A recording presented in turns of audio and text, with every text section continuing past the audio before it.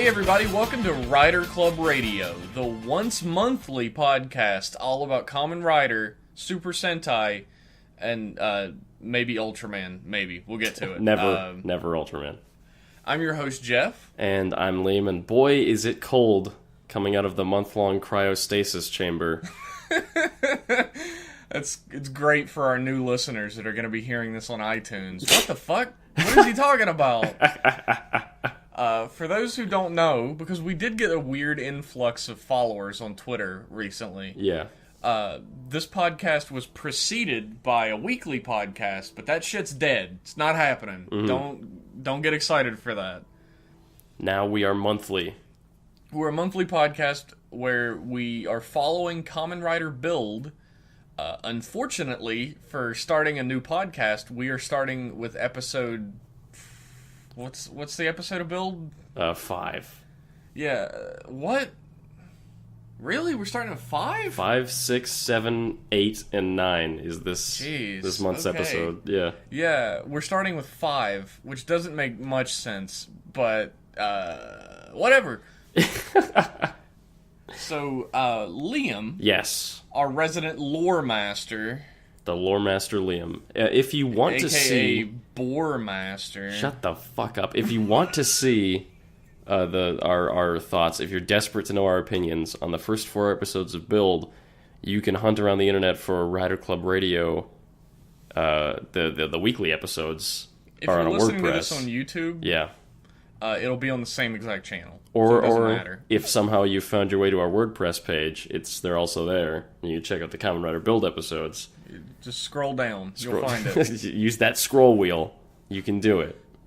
So, Liam, yes. the resident storyteller, is going to walk us through episode 5 of Kamen Rider Build. He took some notes this time, folks. I know you're worried. He knows what happened. Usually I just go into a trance and try and remember what I see, but okay. He channels the episodes through himself. He's a medium, really. Much like Ghost. So... On our first episode of the monthly podcast, Liam... What, like I wasn't going to bring up Ghost. Oh, I thought we could get through one episode. I've got a month of anger in me about Ghost that I have to release in little pieces throughout this whole episode. Per our contract, Liam and I had no contact for the month that the podcast wasn't on. So I don't know about his seething hatred of Ghosts. There's been violent outbursts. The police have been involved. Sorry for your loved ones. I know. Anyway, tell us about what happened on the episode 5.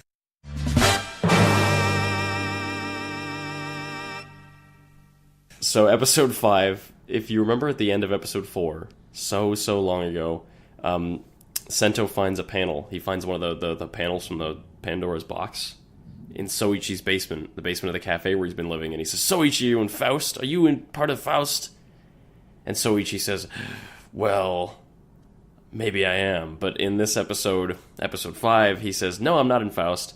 I took the panels and gave one of them to Faust to save my daughter Misora, who was kidnapped by them because she had the ability to turn Faust smash essences into bottles. So he and Sento, being the super genius, the tensai scientist of the series, just goes, all right. Yeah, that makes perfect sense. I believe you. I have no reason to think that you'd be lying to me, man who I know absolutely nothing about.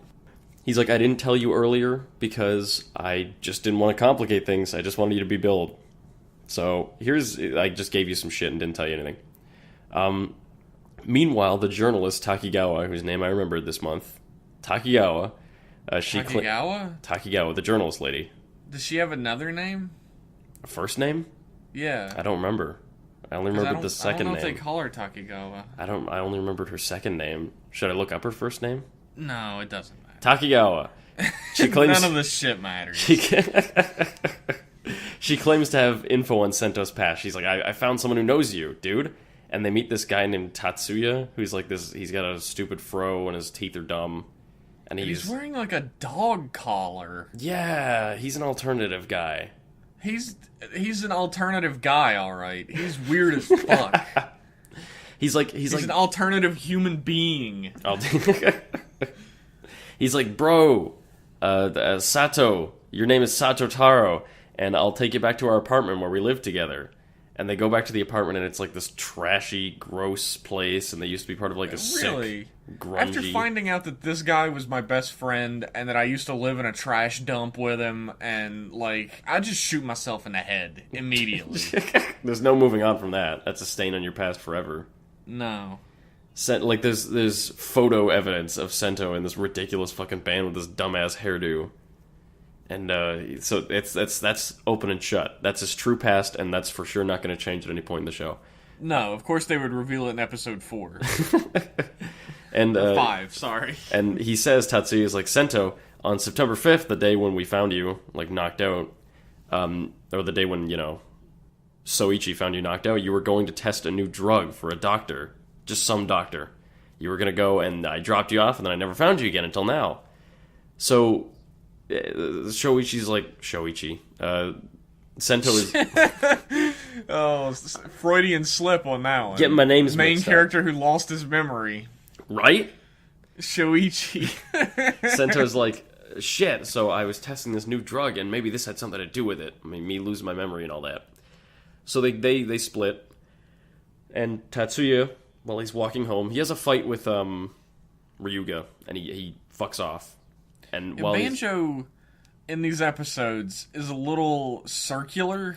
He's a little unhinged. Like, he's constantly just like, oh, I've learned a lesson. Now I'm gonna fucking fight you. Now you're the coolest guy I've ever heard of.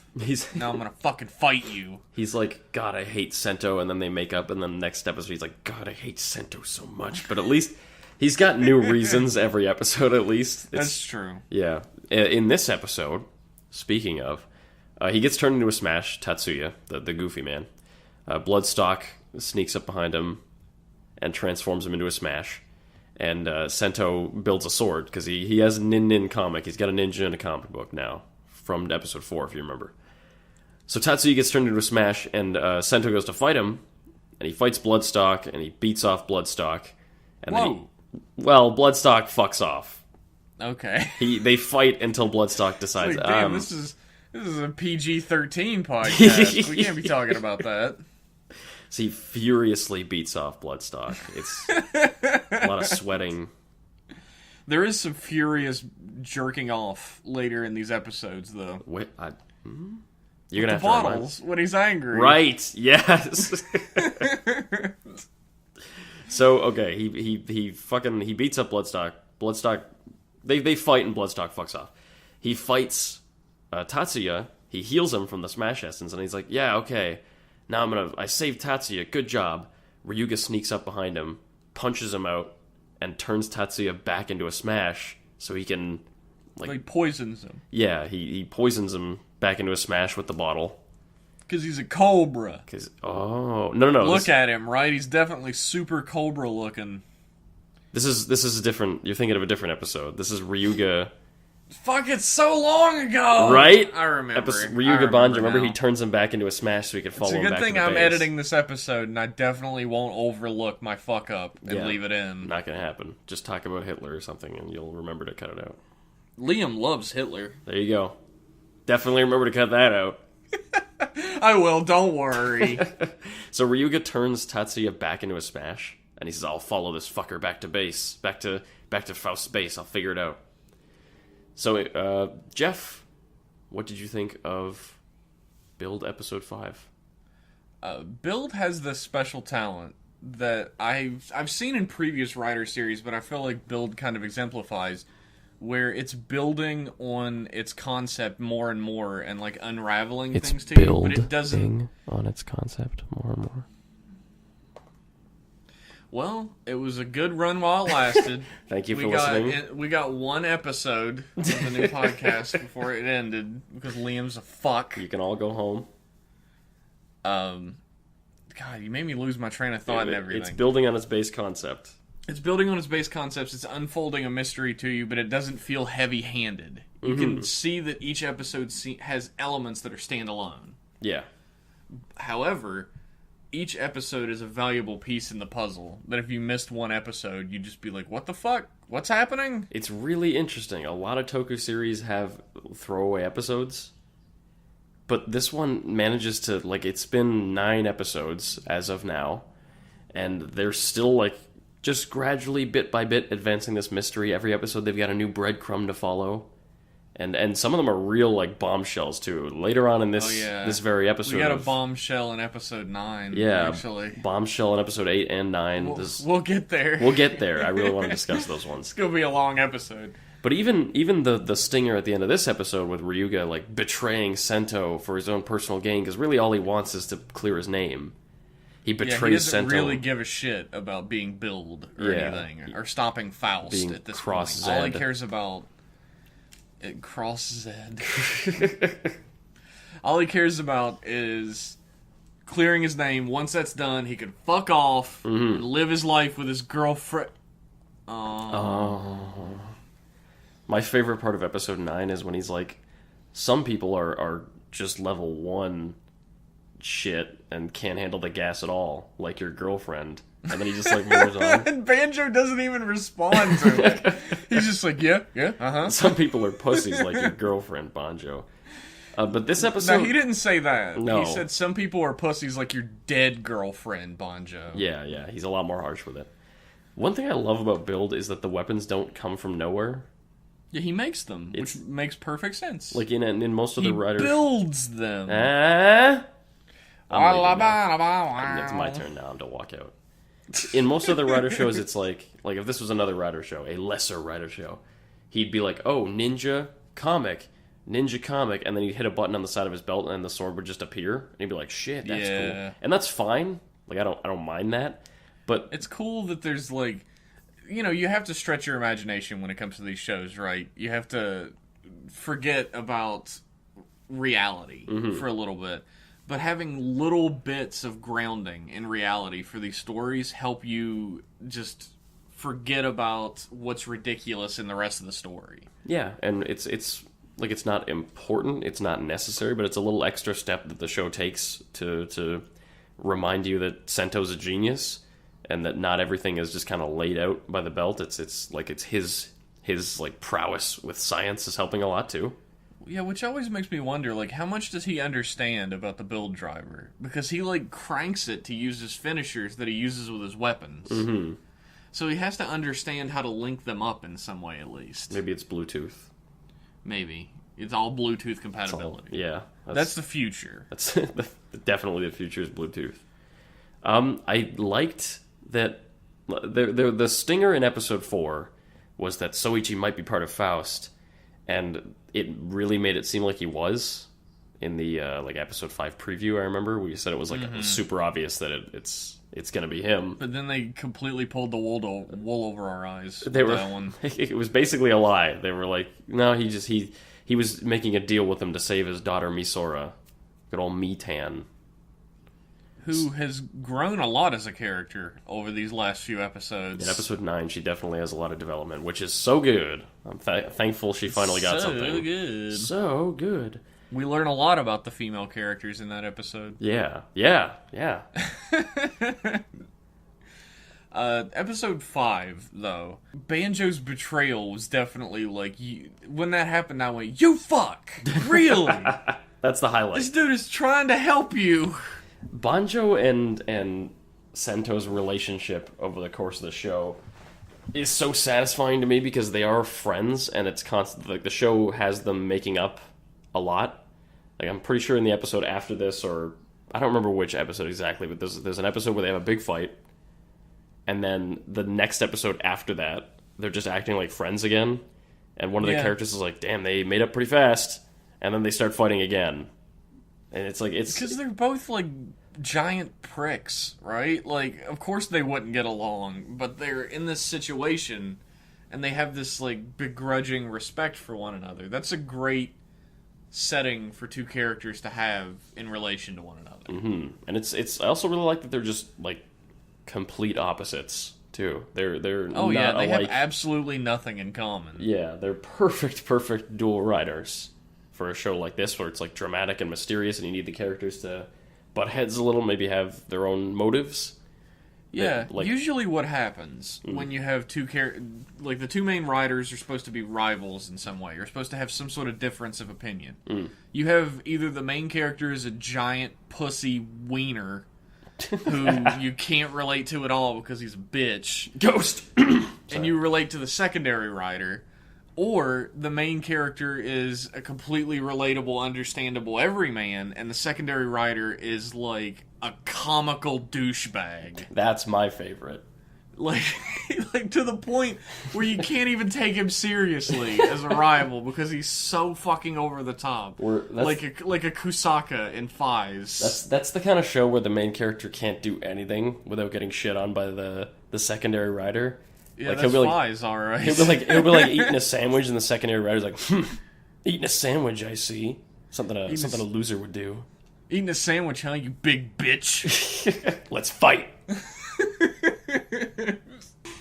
There's two far ends of the spectrum, right? But these characters meet perfectly in the middle, where you can completely understand both of their viewpoints, which isn't something that happens in tokusatsu very often. Tokusatsu is usually Kamen Rider is usually pretty one-sided in its conflicts. Yeah, it's like wide brushstrokes, right? It's beautiful. It's a beautiful painting, but it's like a Jackson Pollock. They're like flinging the paint at them. This one has a little bit more deliberate brushstrokes. It's like a Monet. It's like impressionistic, but it's still deliberate brushstrokes. Yes. That's your art history moment from Rider Club Radio. Art. I don't know about art. I was just nodding and saying yes. Yes, you're right. Yeah, I agree. just like Don Quixote. Yeah. It's my favorite painter. Just smile and nod. It's totally like Jackson Pollock. Yeah. Look, I went to art school. All right. You got to use it somewhere. I wasted my life like going there. I need to use that knowledge somehow. A part of me kind of hopes, just a little bit, that we don't see any more of Sento's past, and it is just fact that he was a fucking idiot in a stupid rock band, and that's it. Like, he just woke up and was a super genius, and there's no explanation for it whatsoever. Like when he took the drug was the gas, but it was also a genius pill. Like, maybe it turned him into a super smart Smash. Maybe it turned him into the science Smash. Yeah, but then he suppressed it. I don't know. I don't fucking know. He probably has the dead scientist man's, the devil scientist's brain in his body. That's probably what it is. Oh, that's definitely it. Yeah.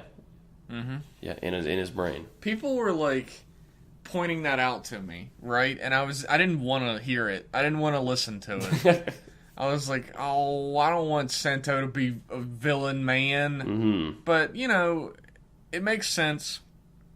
And it'll add a lot of cool conflict and character building to the show.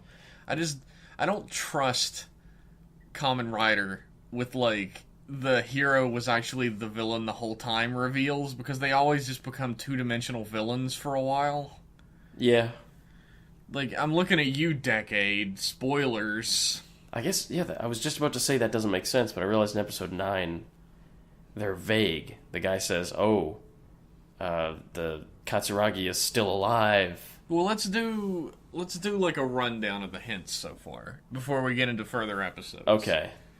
Hint number 1 is Sento understood exactly how Katsuragi, that's his name, right? Yes. Katsuragi. Sento understood exactly how Katsuragi would create the cipher and hide his stuff somewhere. He knew immediately. And he just knew instinctively. Like, he makes a point of saying, that's what I would do.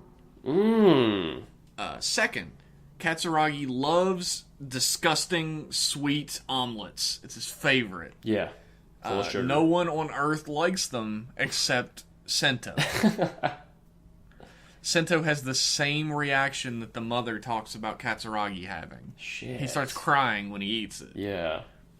It's all adding up. Oh my. And of course the Katsuragi is alive thing at the end of episode 9. Spoilers for further in this podcast. If you're watching this episode of Rider Club Radio, you've hopefully seen up to episode 9. If you haven't, you're fucked. What if it's like they melded somehow, and you got Sento's looks and good nature and Katsuragi's smarts and some of his traits. Maybe. That could be it. I feel like it's probably, like, part of his personality was imprinted on him or something. Mm-hmm. And it's not like a brain swap, like that episode of Gaim when Ryoma puts his brain in Hokkaido. And then puts it back into his normal... And then he himself somehow puts it back into his normal body. That's the worst. That was some great filler. I love that he has like this giant gross scar on his forehead for only that episode. he and then heals he's perfectly fine. He heals it. He puts he smacks some band-aids on there. It works. I love when filler like that is just so obvious. It's my favorite. There's a bit in... I'm gonna get off topic. Like Juju Burger? Yeah. No, but like... I'm gonna get off topic because that's what we do here. Yeah. It is Tangent Cast. Twitch right now is streaming all of Yu-Gi-Oh! For no reason. And I would ask why, but I guess you covered that. There's a bit in Yu-Gi-Oh! When they do a blimp. They're on a blimp and they're doing like the last round of this tournament. They do a blimp. They do a blimp. The finals of a tournament are on a blimp for no reason. And the anime caught up with the manga while they were on the blimp. So they were like, we have to do a filler arc. But we can't because they're stuck on a blimp. What do we do? So they're like, the blimp finds a crashed aircraft carrier. They land on it for no reason. There's a virtual world inside. They play card games in the virtual world. They leave. They blow up the boat. Everyone agrees never to talk about it again, and they leave on the blimp. And they're like, okay, let's keep going with the finals again. That was just a brief distraction, and now we're just going to continue right where we left off. Jesus Christ. Shit like that is like what I live for in life, is to see just really obvious like filler like that. It's my favorite.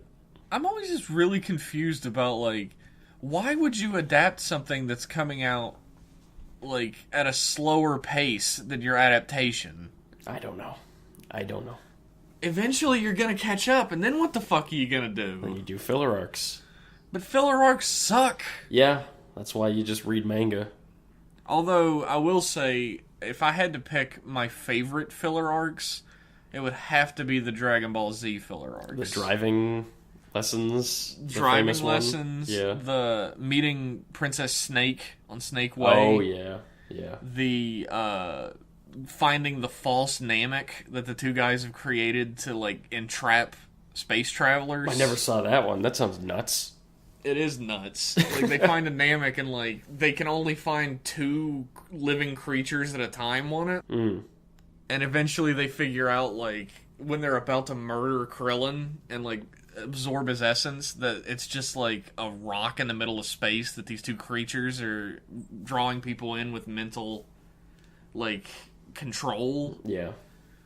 It's a really good arc. That sounds like it makes no sense in the higher context of Dragon Ball at all. Sure. But it's great. I'm sure. It's actually a little horror movie-y, really. It sounds like a little mystery in a weird place. It's cool. Sounds cool. Anyway, that's it for episode 5. I liked it. Yeah, episode 5 was a good episode. I feel like we're going to have very continuing opinions like that. Yeah, I mean, Build is just a really good show so far. I don't know what to say. Yeah, I don't really have any big glaring complaints about Build. Like, even in the same way I had some complaints about X-Aid. Yeah, like other shows, even when they're good, they're things like, well, this was not that great. This was a little awkward or whatever. Build doesn't have a single, like, glaring flaw right now. It's insane. I mean, we are very early into this series. We're episode 9. We're still in the first part of it. I remember when we were watching the show that shall not be named, which I guess I have to name since this is the first episode of the new podcast. When we were watching Ghost, which neither of us like. If you like Ghost, you're probably not going to enjoy this program. There's just like... They might love it, you don't know. There's, like, glaring flaws in Ghost, of course. Of course. All through the show. But at the beginning, we were so, like, apologetic for Ghost. Mm-hmm. Like, we were taken up for it so hard. Like, well, maybe it'll get better. Yeah. Maybe it'll get better. And it got worse. It got worse somehow. It got progressively worse, It got so bad. Like, the beginning of Ghost is mediocre. Yeah. The end of Ghost is a goddamn garbage fire. The end of Ghost, I think I can say with confidence, is the worst TV I've ever seen in my life. It's down there. I don't know. I've watched a lot of Sci-Fi Channel movies. See, yeah, as a guy who doesn't watch a ton of TV, my metric isn't huge, but Ghost is for sure the worst show I've ever seen. Well, I can't argue with that, though. I really can't.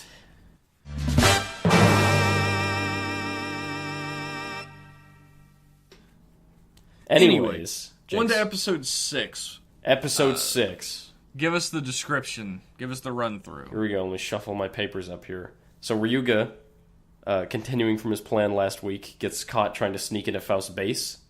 He follows Tatsuya. He gets caught, and Sento has to bail him out because Ryuga's a fucking punk. Sento comes in and saves him. And they go home and have a big argument. They have a fight, like a straight-up literal fight in the pit. Yeah, a literal fist fight. In the basement of the cafe. And Ryuga says, you know what? Fuck this! He takes the belt, he tries to put it on, and the belt just kind of like rejects his body and knocks him down. And he falls unconscious. Electrocutes him, it looks like, almost. Yeah, it electrocutes him. It's just like when, what's-her-face tried to put on the drive driver. Kiriko tried to put on the... No, what? Was her name Kiriko? Yeah, it was. Kiriko. She puts on the drive driver, and it's like, you have a vagina, get out! So now we know a new secret detail about Ryuga, and why the belt rejected him. So he gets knocked unconscious, and Sento is like, I have to learn about nebula gas from my boss at work. Sebula is a really cool name for an alien on Star Trek. Yeah, write that shit down. Sebula. He's at work, and his boss, who turns out to be Night Rogue, is like, hey, Sento, did you know about the gas that comes out of the skywall? It's this weird gas that comes out of like holes in the ground in the skywall. Isn't that nuts? And he's like, yeah. Sento's like, yeah, that is pretty nuts. Interesting. So he theorizes that Faust's base can be gotten to through like a hole where the gas comes up. It must be under the wall at a point where the gas is coming out. So he and Ryuga, they bust in, and they try to like save all the people. There's a bunch of people being like experimented on, and Bloodstock appears, beats the shit out of them, poisons Ryuga, who gets saved by a dragon toy that Sento builds for him. And he reveals, Bloodstock reveals that Sento and Ryuga both got dosed with the nebula gas that turns you into a smash, but they didn't change. They just got like weird abilities. They're compatible with bottles, and who knows? But they got dosed with the gas and didn't change. Something's up with that. So Stock leaves. The place is coming down. They decide to rescue everybody and leave. They rescue all like the experiments and get the fuck out of there. There's only one room with like 5 people, thank God. That's the whole base. That is the entirety of their operation. The And most evil organization in all of the world. look, they're really underfunded, okay? We learn different from that later. Look, the taxes are drying up. Texas. People are dying. There's no more taxes. So Tatsuya's there, the goofy man. They save him too, and he says, "Big bro, Sato, Taro, Sento, I'm sorry, but I kept this from you. But the person who you were going to go to test the drug was Dr. Katsuragi, the person who Ryuga supposedly killed. That was where you were going to test the drug. Isn't that suspicious?" So Banjo is immediately like, you fucking killed him! You did it! Killed my... So the timeline of events is Sento Kiryu arrives, blank, because he doesn't remember anything after that, and then he somehow leaves, and Ryuga arrives to find the dead body. So right now, Sento is like the top suspect of the murder. Unless Banjo actually killed him and he's just lying. That would be the twist of the century. If he was just like a mastermind liar the entire series. I would hate that. Nuts.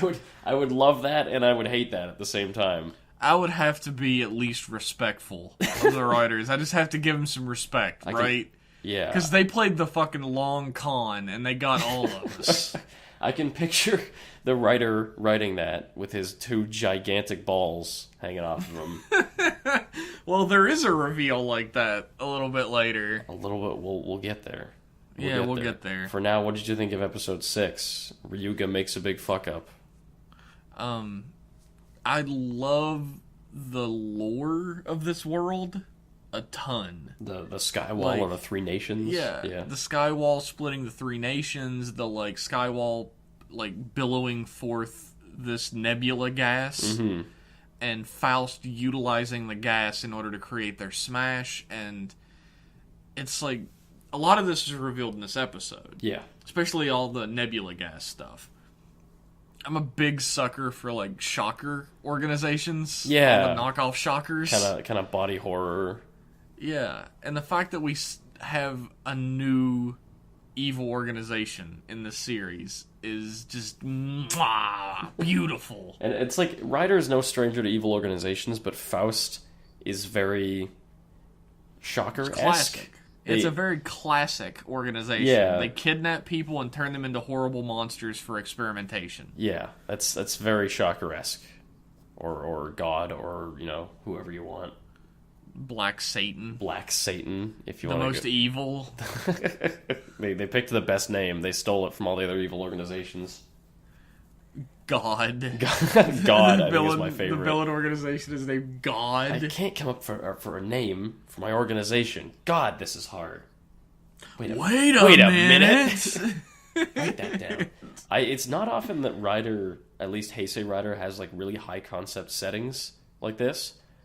Like I appreciate this. Like the most high concept setting I can think of in like recent memory is Gaim, which is just kind of like a city. I mean, it was normal Earth until right. It was like very near future of like, here's a city that's kind of has this corporation and there's this fun like toy that people mess with that's really popular, and that's like I guess that's true. That's the extent of the.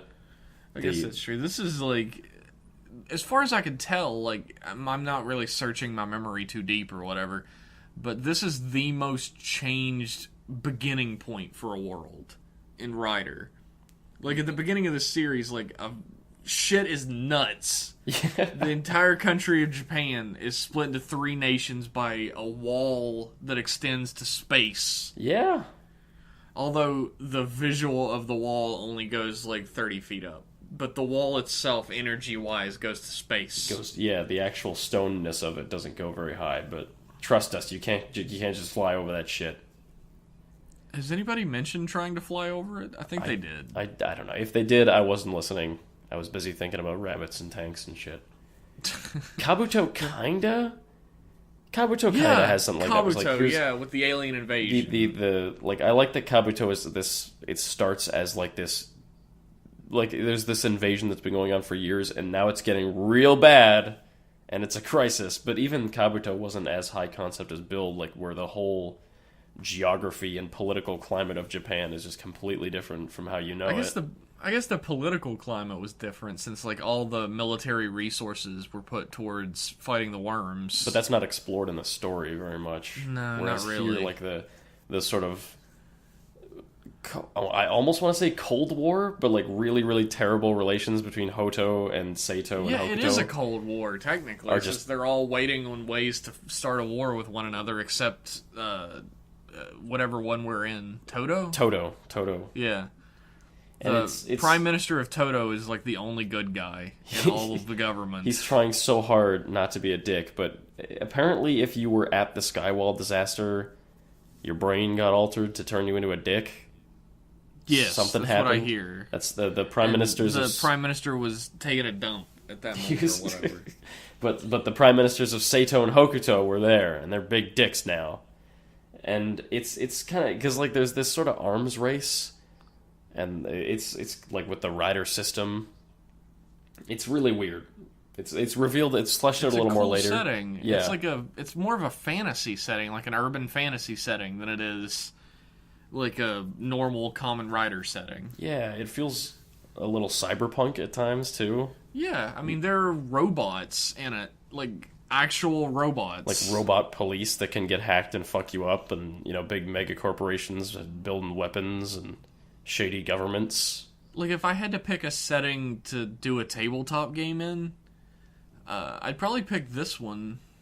Either this one or Double, because Double has, like, the dopants, which it could be super fun to play, like, a criminal organization at war with another one using Gaia memories. Oh, yeah. That'd be really cool. But in this one, it'd be really awesome to play as, like, an insurgent agent from one of the other...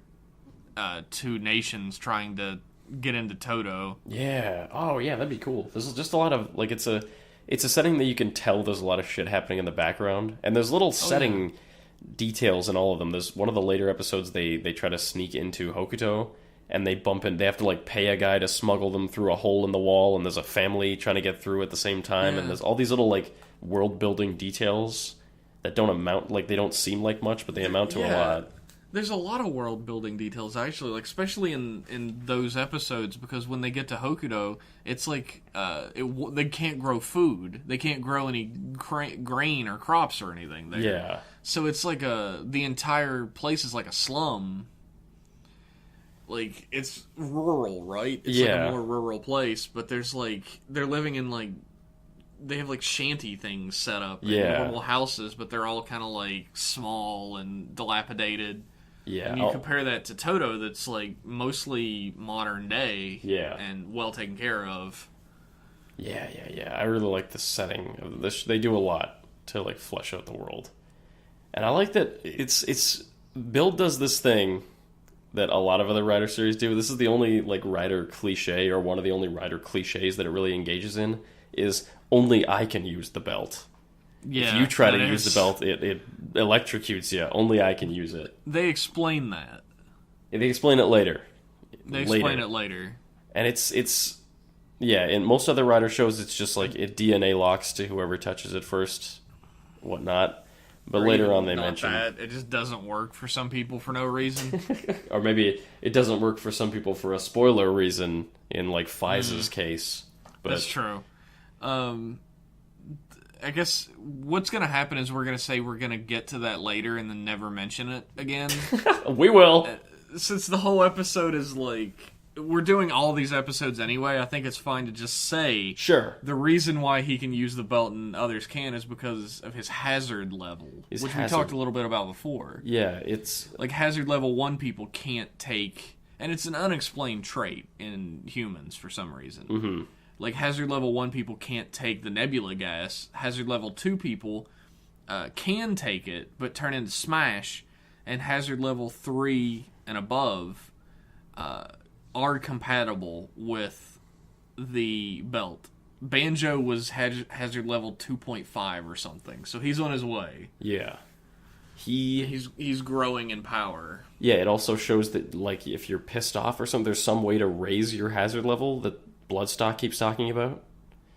I'm really curious to see where that goes, because I like that bit. Yeah, he's eventually going to raise his... Like, I mean, he talks about it when he's fighting Banjo, but he also talks about it when he's fighting Sento. Like, his hazard level is raising. Mm-hmm. And I wonder what sort of consequences there are for your hazard level raising. Well, with Banjo, I'm pretty sure he's going to hit 3, which is going to let him turn into Cross Zed. Yeah, which is a silly name. So let's talk about that for a bit. Cross Zed, the romanization... You mean Zed Cross? Yeah, what the fuck? So we thought it was Claws or Closer or Closer or whatever, but then Toei really... Somebody pointed out that it could have been Cross or Crosser. Yeah. Which would have been awesome. Yeah. But instead it's whatever. Z. Cross Z. Revealed by a pair of underwear that Toei was selling in an online store.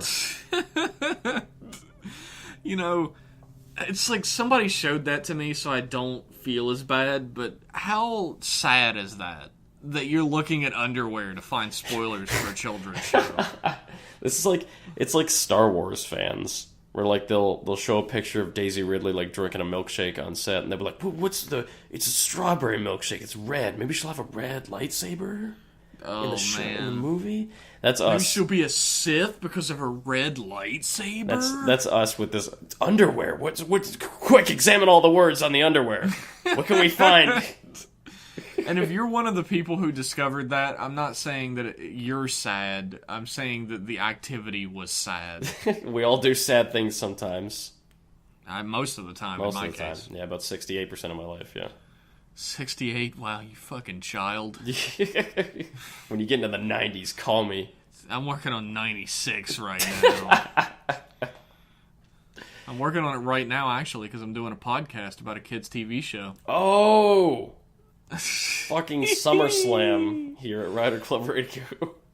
Episode 6. Wow, we haven't talked about the episode at all. Yeah, we did. We talked a little bit about it. Talked a little bit about it. It's episode 6 has a good bit where it's again another point, like I said, where Ryuga and Sento come into conflict, and it's their characters are. It's how they constantly butt heads the same way. Ryuga only gives a shit about clearing his name. He does awful shit sometimes, morally reprehensible stuff. But honestly, he never asked for any of this. No, I mean, he's just a punk, right? He's just trying to get out of the horrible trouble he's in. Mm-hmm. That he didn't do anything to get into. Yeah. I feel like he should... I feel this way about a lot of characters. I'm watching Stranger Things right now. The first season or the second season? Second season. Okay. I watched the first season. I finished the first season like just 2 nights ago. Really? Yeah. I'm not going to spoil anything. But this goes for a lot of other television shows and movies as well. No one has any sort of thankfulness or appreciation of what other people have done for them at all. Mm-hmm. Like, Banjo would still be in fucking prison if it wasn't for Sento. Yeah, if I was Sento, he still just shits all over him all the time. If I was Sento, I would be throwing that in his face every single conversation we have. Yeah, I'd be like, do you just want to go back to prison then? I can just call. You can call the police. One phone call, you're fucked, buddy. And he's like, call the police. I understand Banjo as well. Yeah. Banjo's a good character. I like him a lot. I like that the fucking Faust base is just a basement with one antique chair. A lot of green lights. Night Rogue's chair is like they had this underground base that was like all wet and dank and dreary, and they're like, we gotta spice this place up. Hey, Stock, go to the nearest antique store and give me a nice chair to sit in, and we'll just put it up here. Get a cheap one though. Nice but not too nice. So it just looks like a big piece of shit anyway, but it doesn't fit anything in the base otherwise. It's weird. Like, think of it this way. Like, at first, a casual viewer who doesn't spoil themselves with a bunch of scans and shit like us would think that maybe Bloodstock and Night Rogue were just like that all the time. Yeah. But they're not, so it's so weird to think that Night Rogue transforms and just sits in his chair. Like, he transforms just so he can sit. He's intimidating people. Well, I mean, he's a pretty intimidating guy. That's the thing, right? Like, Bloodstock stays transformed at all times. All the time. Night Rogue, as soon as we find out who he is, stops being transformed at all times. So, I think it's just alright, the audience at home doesn't know who I am yet, so I'm gonna stay transformed. He's like, what the fuck are these cameras following me everywhere? I better keep this disguise up. It always reminds me, again, of Dragon Ball Z. Of course. Because there's that whole arc where Goku and Gohan, try to stay Super Saiyan for as long as humanly possible. Yeah. So, because it makes them able to control it better. Yeah. And to get more power out of it. It seems like if you just stayed transformed for a long time, you'd be able to learn more about your powers and get more out of it. Yeah, but I don't think that was their goal. They mostly just stay transformed for about 5 minutes at a time. They just chill. I like sit on chairs. You gotta sit on a chair, or you just gotta be transformed into your fighting form just to have a conversation with your boss. Yep. In the basement, in the evil basement lair. Do you think, what would be kind of neat that I would like that they could do with the lair is have that be like the bit that they were in just be one small part of a layer that is like an underground network that is under the entire wall. Oh, yeah. Like, make it like a giant maze. That'd be kind of like, you could have an episode or two where they get stuck down there and have to find their way through. That would be really cool. I think I'd like that. I like the idea that they have multiple bases all over. Yeah. And, each of them is hidden more than the others. And, the only reason Sento found that one is because it's the most obvious one that they were leading him into. Because it's really obvious that Bloodstock has some sort of weird, chess game thing going on. He's got a complex plan. Yeah, he's, leading Sento to these things so that he can get stronger, I guess. He's trying to make him get stronger because Bloodstock is Soichi and he's secretly on Sento's side. He's trying to make him stronger because Bloodstock is Katsuragi. The episode preview of episode 9 makes it seem that I don't way. actually believe that. I don't buy that. They wouldn't reveal that in a preview. I say it's Soichi. I'm sticking to my guns on next that. episode, the death of Barai. That was the 90s. It was a different time. It happens, is my point. There's a precedent for this. Anymore. Okay. I don't think so. I don't think so either, but I think we've covered episode 6. It's good. Thumbs up. 2 thumbs way up. This is a great episode. That's what I was going to say earlier, is that Build has a habit of getting better with every episode. Mm-hmm. Which is something I'm not really used to with anything, really, let alone a tokusatsu series. And I'm not being down on tokusatsu. It's like a pulp digest kind of format, where you read it for like action, suspense, and fun, but you don't really expect a deep plot. Yeah. But this is... It's to use a food metaphor, which I hear on the internet is for idiots, so, right I'll definitely use one. Yeah. It's the difference between having like a very nutritious full course meal and just grabbing a bag of chips. The chips are delicious and they'll fill you up, but you're not getting the same nutrients. Mm-hmm. But Build has a surprising amount of nutrients for Kamen Rider, I feel like. Yeah. It's like you bite into the chip. Crazy amount of nutrients. You bite into the chip and realize it's a kale chip. And you fucked up. Oh, no. Have you I ever like had kale. Have you ever had kale chips before? No. I've never had kale chips. They are so gross.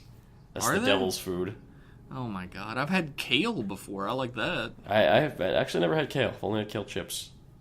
Kale has a pretty pungent flavor. I think you either love it or hate it. Mm. And I like it, so I guess that ruins my analogy. Yeah, it's true. Anyway, why don't we jump on... you might notice that there's nothing in between us talking about these episodes. Get used to it, I guess. Our next episode... We'll work on commercial breaks. 7. Once we're fabulously popular, we'll have commercial breaks. Yeah, exactly. Sure. Like, if you want to sponsor... If Tokusatsu Network, you want to sponsor this, or what's the name of the people that do the Sentai subs? The official ones? Oh, Shout Factory. Yeah, Shout Factory, you want to get on here, like, we will sell out in an instant. We don't give a fuck. Like, whatever. Exxon Mobil will shill for you. You contact us and give us money, we will shill... Crackers. Fucking, Trump steaks. I don't give a fuck. Whatever. I actually do give a fuck. But,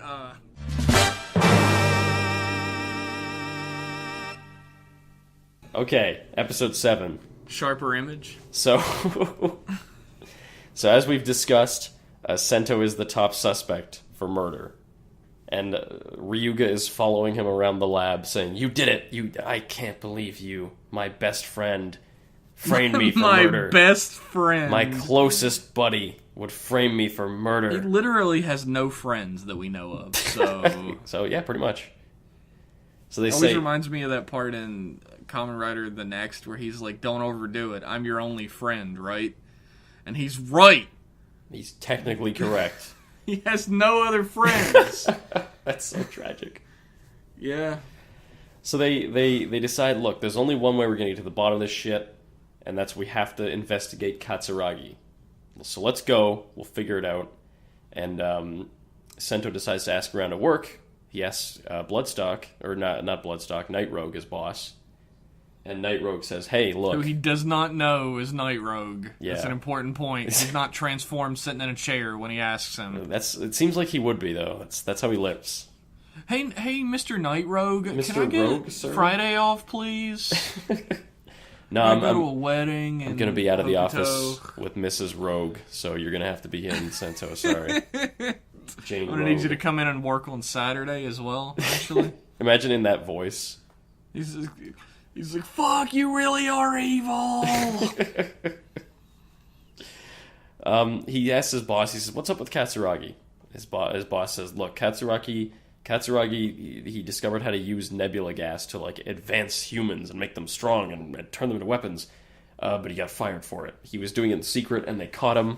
Human experimentation. They caught him doing human experimentation, yeah, exactly. Obviously that was the illegal. problem. They fired him for it, and they just kicked him out. And Sento says, well, I'll try and find his research, but I can't find it anywhere. Where the heck is it? And he figures out through some bullshit, there's a note that contains some shit, and he translates... How does he figure that out? I don't remember. He translates the note from... Just ignore it, alright. I'm telling you how he figures it out.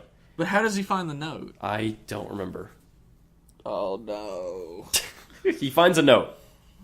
He finds a note from Katsuragi about how, like, I did it and fuck the whole world. And in the note... It's a cipher. And he figures it out pretty immediately. Yeah, it's like if you change the Japanese words to Roman letters and then rearrange them, it makes the Japanese phrase for I left everything with my mother or something like that. So they're like, we gotta find his mom in Hokuto, let's go on an adventure. They all decide to go on a fucking adventure to Hokuto, and they take this thing called the Sky Road, which is not half as cool as it sounds. No, it's a hole in the wall. It's a hole. When they said, we'll take the Sky Road, I expected them to be like surfing through the clouds over the... Yeah. Or something. Yeah, like, fuck. Why is it called the Sky Road? It should be called the Underground Road. Maybe call it the Sky Hole. Take a wall hole. Yeah, wall hole. That sounds real magical. That sounds like a place where you'd go to get heroin. Why didn't they just call it the Glory Hole? Well, that's the kind of highbrow humor. Yeah. Welcome to Rider Club Radio, everyone. So they pay a guy like 10,000 yens to get through the wall hole. And when they get there, both Bloodstock and Night Rogue fight them, and they're trying to stop them from going to Hokuto, because it's going to cause international unrest, and they don't want Rider to leave Toto. And only Night Rogue is trying to stop them. Yeah, Bloodstock pulls some shit. Bloodstock actually lets them get through because he's a fuck. He's an asshole. And he's really bad at his job. Because How he's has he secretly not been fired yet? I'm telling you, he's Soichi, and he's just trying to find secret ways to help Sento. He seems like he should be fired by now. He should be. Like, the Night Rogue should be like, look, you're not living up to the performance, so we're going to have to let you go. You know, that's why he always stays transformed. If he untransforms, Night Rogue's going to snap his neck or something, so he just always stays transformed. Man, if I was Night Rogue, I fucking would. Dude's... It's like everything Night Rogue wants to do, he's like, alright, I'm gonna do this thing. And this fucking Bloodstock jumps out and he's like, no you're not! I'm gonna stop you, and then afterwards I'm gonna explain my rationale, which is shaky at best. Yeah, and then I'm gonna fuck off. So he does that, they get to Hokuto, and they try to talk to Katsuragi's mom, but she's super mad. She's like, you killed my son. Yeah, she immediately recognizes Banjo, even though, so far, we haven't seen any instances of people watching television, to my knowledge. There's internet. Do they have television in Hokuto? I don't know. Do they have internet in Hokuto? It doesn't seem like they have food in Hokuto, let alone television. It seems like Hokuto is supposed to be the stand-in for, like Shimane, like the total boonies. I like Kansai. Yeah, Kansai dialect areas. Yeah, so that's like it's like the total fucking boonies, and Stock catches up to them, and he says, "Hey, wouldn't this be fucked up if I turn this kid into a smash?" And he does. He turns a tiny child into a smash. Like, it turns out that Katsuragi's mom is a teacher. Yeah, sort of. Like, she just lets children come over and teaches them how to read. Yeah, because Hokuto is a fucking it's a third world country, pretty much. Yeah, it's like a after apocalypse country. Yeah, kind of. And so she has to teach kids how to read in her home because all teachers are dead. I guess they all died in the apocalypse. But fucking Bloodstock turns the only child who speaks into a monster. I guess we probably should have known something was going to happen to him. It's just like it's like you said. If there's a Super Sentai or a Rider and you're friends with them, but not too close friends with them, you'll probably get kidnapped or something. Or killed. It's the fucking, it's the Death Wish rule, right? Like, if you're introduced to a character that forms any sort of relationship to this crotchety old fucker with a mustache, they're gonna die horribly. And that's true if you just replace old man with a mustache with Kamen Rider. Yeah. The only if you're not in the main credits, you're done. Thankfully, the child does not die, They beat the shit out of him and get a new bottle and turn him back. They beat up a child. Look, it makes sense in context. And the Katsuragi's mom is like, wow, this Banjo guy, maybe he's good because he's helping this kid.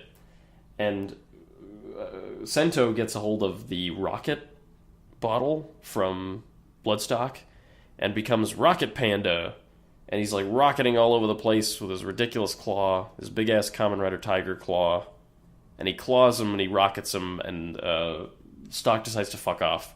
But before he leaves, he says, hang on, let me tell you something funny. The founder of Faust was Katsuragi, the doctor. Dun, dun, dun! See ya! And then it pans, my favorite shot, it pans over to the mother. They're like, whoa, that's fucked up. And then it, like, dollies over and the mother is standing there like, my son did what? But what? And then the episode ends. I loved this episode. This is a really good episode. It builds on the lore of the world. We get to see another country. Yeah, it's a fucked up other country. This was my favorite bit of world building, because I remember when we went to Sato. Sato was very much like industrial Toto. Yeah, it was pretty similar to Toto. But Hokuto is real, like visually it's different. It's green, which I really like. It's the green part of the country. It's like it's symbolized with the color green, and it is green. Like I swear there's a green filter over it or something. That's true. It's so green. Like, it's this weird sort of greenish sunset filter that's over it at all times. And when we were talking earlier about how Hokuto is a shithole, all I could think of was like, wouldn't people be like immigrating en masse to the other two countries? And then I remembered. When they Somebody tries to. Yeah, when they go to the Sky Road, there's a family coming up being like, please let us pass. We can't fucking stay in Hokuto any longer. It sucks. Hokuto has no food. That's the big thing about it. Like, their crops have all died. Because of Skywall magic. Their soil stopped working or something. But every other country was fine. And no one's sending them aid because everyone's a dick. Because there's no way to send them aid. There's like one crack in the wall and that's it. Oh, that's true. This is so weird. You could take a boat, like, really far. I mean, the only way that the two prime ministers of the other countries have any interaction with the prime minister of Toto is through hologram. Weird holo conferencing, yeah. Because they can't make it there. Yeah. I imagine it would be a fairly dangerous trip. Like, the boat goes through that fissure in the wall, but who's to say that won't close at any second? Terrifying. There is a part in the next episode after this where there's like a checkpoint that you can go through. Yeah, you drive through it. That was weird. So I guess that maybe some holes in the wall are like the government knows about them, they're sanctioned and controlled, and some are more secret, I guess. Yeah. It's the only way I can think of. But this episode in particular I like a lot because it's, like I said, it's all about following mysteries up and world building. It's got like the strongest world building I think of any of this batch of episodes this month. Yeah, I would say that for sure. And it doesn't just get lost in the world building either. It gets really deep into the heart and soul of this fucking Katsuragi's mom. And it doesn't get caught up too much in shit. And I love the special effects of the final attack of Rocket Panda. How he has like the rocket's trajectory and he kind of swings around it like he's a panda swinging on a tree branch. Yeah, as he comes down and keeps hitting you in the air. It was really neat. Rocket Panda is really cool. And the scene where Ryuga takes Rocket Panda is really good too. He's like, or when he takes the rocket bottle, he's like, oh, I see, he's got this thing in his gun. I'll get it. And with the help of his little dragon buddy, his little toy dragon buddy, he beats up Bloodstock just a little bit, just enough to get the bottle out of him. I mean, Ryuga is really, really resourceful. For a guy that's not a rider, to do anything in a Kamen Rider series? Seriously. Like, he's out here fighting mooks and shit. It's very Showa, where the normal people would, like, fight mooks in the background while Kamen Rider fought the monster. Yeah, exactly. There was an interview with the writer of this series before the show started, or it was the director. Yeah. And they were like, well, what do you think you're going to be taking most of your influences from? And he said, well, probably Showa Kamen Rider. Yeah. And he lived up to it for sure. Yeah, it's not like 100% Showa. It's like... It's still very Heisei with all the forms and the character drama. Yeah, it's Heisei with a lot of Showa sensibilities, which is good. is right up my fucking alley. Really, it's a I good, love both. Good combo there. Yeah. It's like 2 bottles, Showa bottle and Heisei bottle. I really like the bottles have power beyond just going on a belt too. Yeah. Like if you have compatibility with them. All you have to do is shake the bottle and you can do stuff. You don't have to, like, he doesn't have to transform. Ryuga just has the dragon bottle, which lets him punch people, and that's enough. That's really neat. The thing is, like, he didn't even really need it to begin with. He was, like, fist fighting the robots. Mm-hmm. Just fine without it. But this makes him cooler somehow. Yeah, he is much cooler. Gives him because he has special there's when he punches. Yeah, there's a little blue burst whenever he punches someone. That means you're stronger. It is true. That's how Kamen Rider works. Speaking of bottle bullshit, this is something I just discovered recently. So remember, way long ago, during one of the weekly episodes, we talked about how they were going to be doing Legend Rider bottles. There was going to be like XA would have Video Game and Doctor with the 2 bottles. Yeah, that makes sense. So they revealed the Legend Rider form for X-Aid. And it's just X-Aid with a Build's belt. What? Yeah, I'm not shitting you. That's horse shit. I know. I was like, oh, that's so, like, Build's got such cool suits. I can't wait to see what these suits look like. I imagine they're not going to build all of them, but at least they're going to make X-Aid, right? It's just X-Aid with Build's belt. It's decade style. That is Toei 101 right there. Like, they finally realized how to just completely repurpose an old suit and not have to change anything about it. They're like, let's just stop trying. Here, let's not pretend. That's so lame. The bullshit thing is, I heard somebody say on Twitter that if you, like, you know that arcade game Ganba Rising, yeah, you can use, say, Rabbit Doctor, and the half that's Doctor is unique. But when you use Doctor and video games together, or you can use, like, a video games tank, and the video game half is unique. But if you use Doctor and video games together, you don't get it. That is the saddest shit I've ever heard in my life. What the heck? What the heck? What the F? What the F? It's the relationship between Ryuga and oh my god, what the hell is the sign? Katsuragi's mom. Yeah. Katsuragi's mom is an interesting character. It's a character who's very, like, Build seems to be dealing really well with, like, here's this character who has been dealt this trauma by the Skywall disaster or Faust or something, and they have to try and the main characters have to try and heal the trauma to continue on their quest or whatever. We had it really, before. Like, Katsuragi's mom was dealt a bad hand by her son being murdered, though. Really. Well, it all comes back to the gas and Faust and the Skywall. Just like he fucking started the gas shit. Just like Nabeshima was the same. Like, here's this guy who's just been like he's got this shitty thing happen to him, and we have to help him if we want to continue. And I like that theme in Build. I like that theme of, like, broken people. Yeah, interestingly enough, the same theme that was supposed to be used in Ghost. Yeah. But was used so poorly that none of the characters even... I can't remember any of them. All I remember is the scientist. I know that there was a scientist. Yeah, I remember the scientist that was obsessed with Edison, and there was a dildo ghost.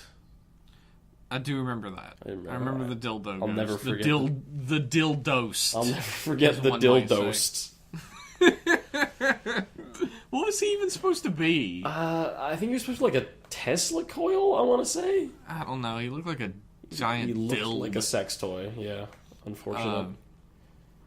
Yeah, I don't remember. Like, fucking... I remember getting pissed that the scientist was obsessed with Edison, who was just a businessman. Yeah, Edison's not really a science icon. I mean, he was until people figured out all the horrible shit he did and how he never actually made anything himself. Yeah, it's a shame. We made a lot of copyright theft jokes about Edison, I remember. Yeah, I do remember that. Because he was in it. Like, Edison was one of the hoodies. Yeah, he was one of the ghost forms. You know, thinking back on it, I talked about Ghost's regular forms. How they were cool. Yeah. However, they all have this, like, shiny, shitty, reflective material that just ruins them when I look back on them now. On the hoodie, you mean? Yeah, on the hoodie. Yeah, it's... On the ones where the hoodie is fabric, like Self Soul, or whatever. Yeah. So nice. But then most of them are like, I don't even know, like fucking velour or something. It's not even. It's like the shit that shiny track jackets are made out of. Like, Isaac Newton form looks like the jacket that fucking drug dealer in your university lecture wears. That has, like, big puffy-ass jacket. Yeah, pretty much. It's It's like George Costanza's jacket. Yeah, exactly. Shit. Yeah, you got it there. I really I like that the writers have the balls to turn a child into a monster and have Kamen Rider beat up a child. That was cool. Yeah. I mean, of course, there's no visual hint that he's a child when he's a monster or whatever. That'd be so... Imagine if he was like a little Smash, and they were like, God, that would be so sad. We can't destroy him. Why? How could... The kid shouldn't have been able to handle the gas. That shit should have killed him. He had a hazard level of 2, apparently. You can't have a hazard level of 2 if you're a tiny child. What's his How face? know? The girl...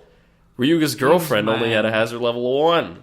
Liam's mad because he has a hazard level of 1. My hazard level is 0.5, which means even if I don't get exposed to the gas, I die. It's pretty rough. Well, technically, that's true of everyone.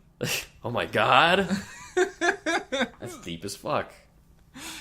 Some existential thoughts here on Rider Club Radio. This episode was really good, though, and the next episode is like a great follow-up to it. But as an introduction to a character that's, like you said, been through some trauma, and our characters, like, I especially love that she just won't deal with our characters to begin with. Yeah. Because, why would she? Yeah, it's her son's murderer. I feel like she should have called the cops or something. Does Hokuto have cops? They got robot cops. Did the robot cops ever come to Hokuto? Yeah. Okay. Yeah, because she's like telling them, or maybe it's not a robot cop, but it's one of the guys that's dressed like him. Oh, yeah. And she's like, yeah, they went that way. Oh, yeah, I remember when in the beginning of episode 8. Yeah. When the mom lets yeah, let's move on to episode 8.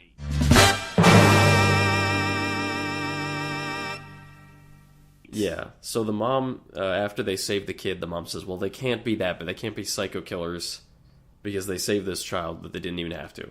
So she lets them shack up in like a barn or something and misdirects the authorities.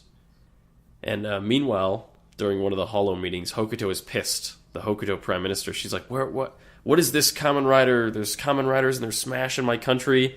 We already don't have fucking food. Get this shit out of here, Toto. This is your problem. And, Night Rogue is like, don't you dare try to use this to start a real war with Toto. Don't you dare. Tensions are high. Like, well, I would never. And then she fucks off while smiling. I would never join in a nuclear arms race, and then runs away. It's like giggling. Tensions are high between the 3 Japan countries. So they mention, this is a little brief little thing, but they mention, they're like, why are we letting Kamen Rider run around in Hokuto? And Stock's like, well, we're looking for something, and maybe he'll find it for us. You know, if he does, we can. It'll help our plans. You know. Yeah, and it turns out that they're looking for whatever his Katsuragi's data. Katsuragi's data. So it turns out they're looking for. I imagine what they're looking for is, unless there's some other secret that's we don't even fucking know yet. But what they're looking for is the data from the Smash experiments that Katsuragi was doing. So they go to the mom. He left with his mother, according to the note. Yeah, they go to the mom.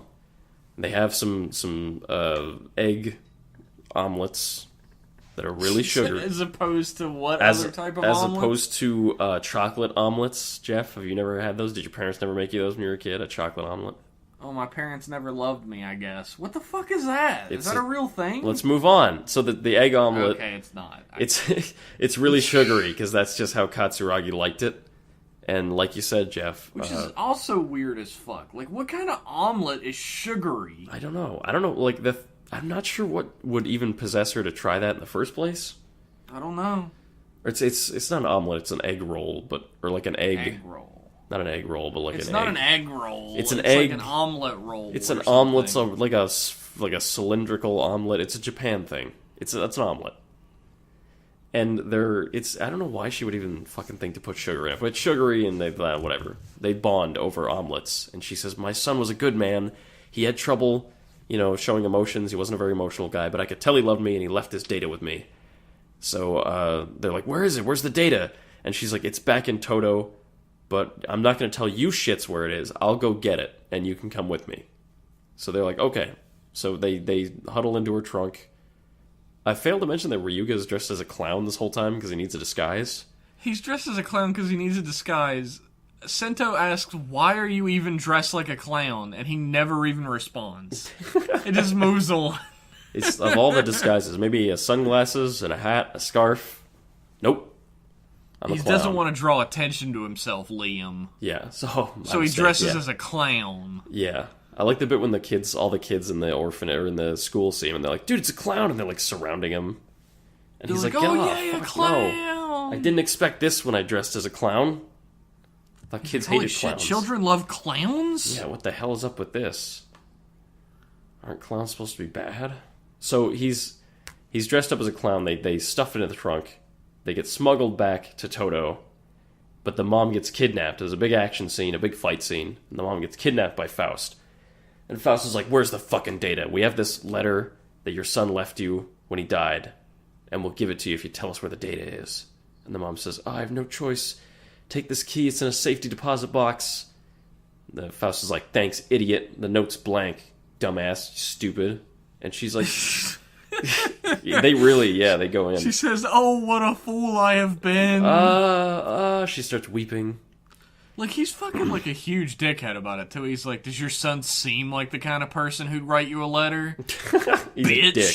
You'd think maybe he'd just be like, just tell us and we'll give you like $10,000 or something. But no, he or even just tell us or we'll fucking murder you. Yeah. You know? What the hell? Tell us or we'll smash you. But anyways, she tells them. I get it. Yeah, thank you. Thank you. She tells them, and they're like, thanks, idiot, we tricked you, and they smash her anyway. And they... Not sexually. No, of course not. There's a big fight scene. Sento and Ryuga, they go back to the pit, but then they find out she's rampaging. So they go back, they beat her up, they turn her back, and meanwhile, the Faust, they're like, they go to the safety deposit box, and in the safety deposit box is just a little note that says, sorry, I don't trust you. And they're like, you woman. And it turns out we were the idiots. She shows Sento and Ryuga where the actual data is, which is just like buried in a thing underneath where I think Katsuragi's dad worked, like a lab. Yeah, the lab he worked at that was like shut down. Yeah, so it's buried outside of there. They take the USB, and boom, Bloodstock appears. He takes the data. He's like, haha, I got the data now. You'll have to fight me for it. And Rogue appears as well. They have a big fucking fight. And then during the middle of the fight, Stock's like, yeah, you guys are pretty cool. Take the data. And he throws it at them. Rogue is like, what the fuck are you doing? So they start fighting. And finally... Kiria uses Rocket Panda to like fly away to take the data and just fuck off and grab Ryuga. And Kiria? Did I say Kiria? Or did you say Kiryu? I said Kiryu, totally. That was my We're gonna have to like pick a name for these guys. Sento. Use it all the time. Sento grabs and Banjo. I like Ryuga more. I get the Ryuga thing, but that's his first name. You're being very impolite. Okay, I'll call him Banjo. Here I am, locked in. He's Banjo. So it's actually Banjo. They actually pronounce it that way. Which is really weird. Sento grabs Banjo and they fly away. And Rogue's like, what the fuck? Why did you do that? You ruined it again. This is like the 6th time. And Stock's like, no, this will be hilarious, because we're trying to use that data. we want to use that data, right? What if, get this, they use the data? And Rogue is like, shut your fucking, I'm so sick of you. His theory is that they'll use it. Like, we're trying to build something evil, but maybe they'll use it and they'll build something evil for us. Wouldn't that be sick? And Night Rogue's like, is this just a way to get out of work? This feels like a huge risk, Stock. It doesn't. What if they just keep the data away from us forever? We never find out what it is. What's that? What if they build something good with it? And Bloodstock's like, I gotta go home now. Bye. Oh, that's 5 o'clock. See ya. It's quitting time. You know, I don't work past 5:01. I gotta go back to Mrs. Stock. Her name is, ironically, Stark. Stark Stalk. Wasn't that a heel turn, huh? All this time we thought it was Bloodstark, but it's Bloodstock. Yeah, everybody, anyone who's ever listened to Rider Club Radio, the weekly podcast, knows I really don't like the name Bloodstalk. But, I mean, if everybody else is going to use it, I'll join the crowd. I'll be fucking peer pressured into it. Okay, Bloodstark sounds cooler, but Bloodstock also makes sense because just like Night Rogue, who is like a roguish creature of the night, Bloodstock is like a bloody stalker. He's like a Bloody Mary with a stalk of celery in it. Exactly. I believe that's what his design is based off, the green on his visor. It's really weird to say. It's like Bloodstark rolls off your tongue. Bloodstock doesn't as much roll off your tongue. No. Still better than Cross Zed, but true. The thing is, I was so deep into hating Bloodstalk at that point that like Cross Zed just like rolled off my back like water off a duck. It just. And I forgot to mention the best stinger in this group of episodes, I think, is they're like, finally, time to see what's on this data, and they plug it in, and the words on a screen, Project Build, and they're like, dun, dun, dun. That's not the best stinger. That's my favorite stinger of this episode. My favorite stinger is in the next episode. Okay, we'll talk about that. Is it the one where they find out Katsuragi's alive?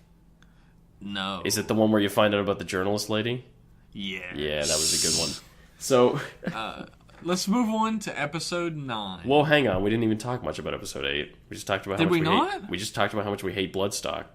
No, we talked about it beforehand. We talked about like how we felt about the lady fucking getting kidnapped and she did the... All right. That was the summary, though. We talked a lot during that. Summary. That's fine. Did we like this episode? I don't know how you felt about it, but I liked it a lot. I certainly enjoyed it, like I said, if only just for the stinger at the end. That even if the rest of the episode was fucking shit... Yeah, that stinger was nuts. That would have redeemed it all. I loved it. Because even if the stinger wouldn't have been that good, the episode itself is really solid. We get a little bit of repetitiveness with Bloodstalk and Night Rogue butting heads or whatever, but I guess it's to reestablish the point. I find that hilarious, so I don't mind. It is really funny. Like, the thing is, when Night Rogue is first introduced, he seems like this, like, really menacing, like, all-powerful villain that no one can touch. And then as soon as Bloodstalk shows up, he's just like a bitch that gets dunked on, like, every day, all day, and he just takes it. It's like if I'm at work, and they're like, hey, Liam, did you finish those TPS reports? And I'm like, actually, I deleted them all, so no one can do them. And they're like, why did you do that? And I'm like, no, it'll be hilarious, because then they won't get done. And then they just don't fire me for some reason. Yeah, pretty much. Pretty much. Like he just... Literally, every episode is him, like, coming out like, I've got this nefarious plan, I'm gonna do this thing, and then Bloodstalk jumps out and he dunks all fucking over him for the rest of the episode, and he's just, like, kicking at rocks, going, man, that was funny. Why don't you ever let me do my evil plans? I can't wait till Spider Freak appears and starts shitting all over both of them. Spider Freak? I don't know, whatever they call him. Web Flip. I don't know. What are they going to call him? Well, the other two don't have Snake and Bat in their name. Okay, how about Sticky Leg? Murder Fucker will be his name. No, you can't steal my nickname. That was my high school. My high school nickname, Liam Murder Fucker Jervis. Yeah. You really don't want to know why. Yeah. That's a story and a half, maybe for another time. Yeah, totally. That's funny. It might get a little repetitive if it keeps going, but it establishes their relationship very well. We're only in episode 9, right? I think the most astonishing thing, the most pleasantly surprised I've been about these episodes is the development of Katsuragi, a character who is dead, but we're still learning about his character. At first you think he's an innocent victim. He got killed, and that's the end of it. And then, oh no, he's a bad guy. He's the devil scientist. But then now they're saying, oh, maybe he wasn't so bad. He loved his mother, and maybe other people were just using his. However, he founded Faust. He founded Faust, so he's evil. So who, like, there's this, like, when you look at the flashbacks with his mom, they make him seem very human, very, like, a normal guy. Especially because of how, like, obsessed with pleasing his father and following in his footsteps he was. Mm-hmm. Like, it humanizes him in a way that you don't get with other villains very much. Mm-hmm. Like, even a villain like Nazca in Double, who we get to know a little bit and we feel for, we don't really learn why he's doing the things he's doing. And we don't get, like, a background on the character that humanizes him a ton. Yeah. However, Katsuragi's just developing more and more and more, just as much as the main characters are, really. Yeah, he's got insecurities about his father. He genuinely loves and trusts his mother. He left her with the data. There's something there. Hopefully he doesn't just immediately turn evil at the end of the series and has slick back hair and wears a business suit for no reason. I'm sure that won't be it. Build is better than that. I'm sure that's never happened in Kamen Rider. No, never, ever. When would that happen? Fives was a trip. Fives was a fucking awful show. You loved it. You fucking loved it. The first half of Fives is legitimately good. Yeah, legitimately great show. The first few episodes are shit. Like, you loved them, but I thought they were shit. Yeah, I liked them. And then it becomes pretty darn good. Yeah. And then it becomes garbage. It's really right when Delta shows up.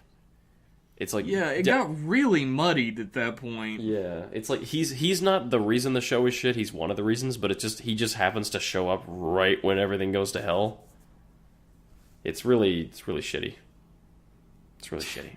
My favorite character, Delta. Not like Build, which is so good. Yes, Build is damn good, is the thing. Like, I haven't felt this way learning about a mystery in a Rider series since Gaim. Yeah, it's good at, like, stringing you along and creating an atmosphere of uncertainty in all the episodes. Gaim might have been more intense because there were, like, a bunch of us watching it and, like, theorizing back and forth and stuff. Yeah. But I feel like Build is near the same level of interest in me. Like, I want to know these secrets. I want to learn. Yeah, like, you want to learn the history, and they do, like, they keep delving into the history of Faust a little bit more each episode, the history of the Skywall tragedy, and then what really happened on that day, and I wonder if they're ever going to reveal the origins of Pandora's box, or if they're going to leave it as, like, just a mysterious artifact from Mars. I don't know. Like, what origin could they possibly come up with that would, like, make any sense or fit into the idea of the series in any way? I guess you'd have to make it some weird alien shit, and that would kind of screw with the tone. You know what's, like, a thought that just terrified me? What? Is that whenever the final villain of the actual show is killed, then Pandora's box becomes sentient and becomes the actual final monster that they fight. Ugh.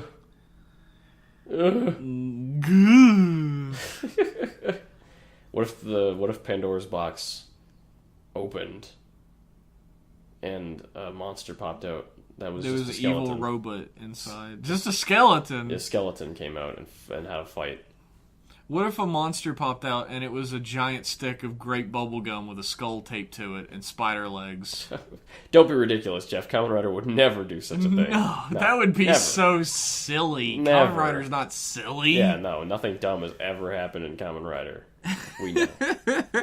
Ever. I'm just throwing out all these references that if somebody's new to Kamen Rider, they're just like, what the fuck is this guy talking about? If you're new to Kamen Rider, I envy you. You have so much to see.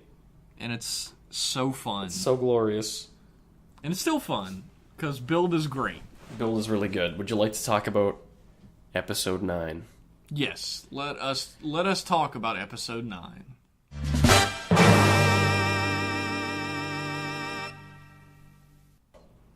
In Episode 9, they decide to sit down and watch. They search through the data, they look at Project Build. There's a little video of Katsuragi, and he says, hey, welcome to my video, this is Project Build. And he has like I don't know how he fucking does it, but he has like a hologram of Build, I guess, fighting a bunch of baddies. He fucking says, hey guys, Katsuragi0599 here. Don't forget to like and subscribe. Don't forget to hit that like button. But today we're going to be playing Kamen Rider Build versus some robots, so... Let's see how he does. Let me load up my save.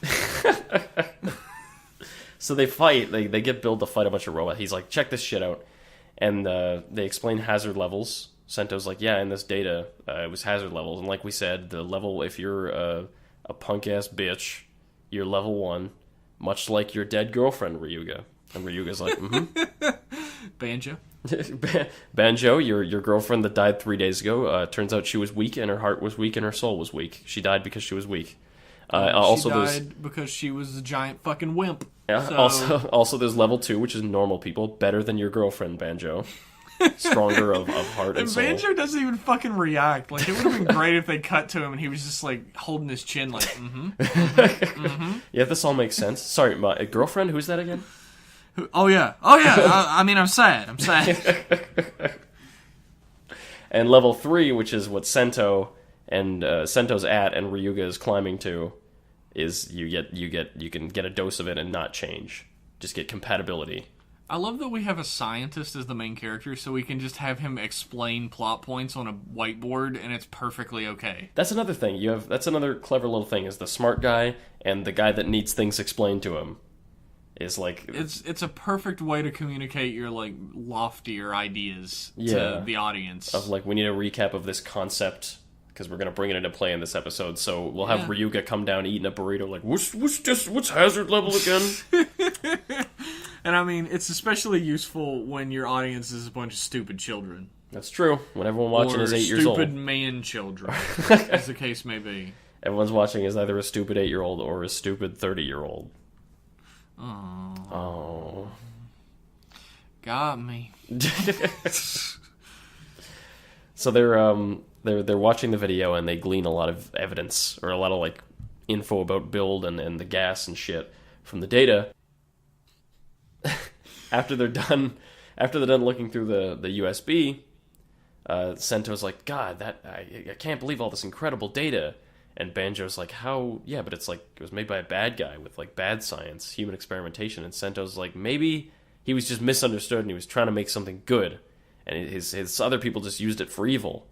And Ryuga's like, he was experimenting on humans. So they have a big fight.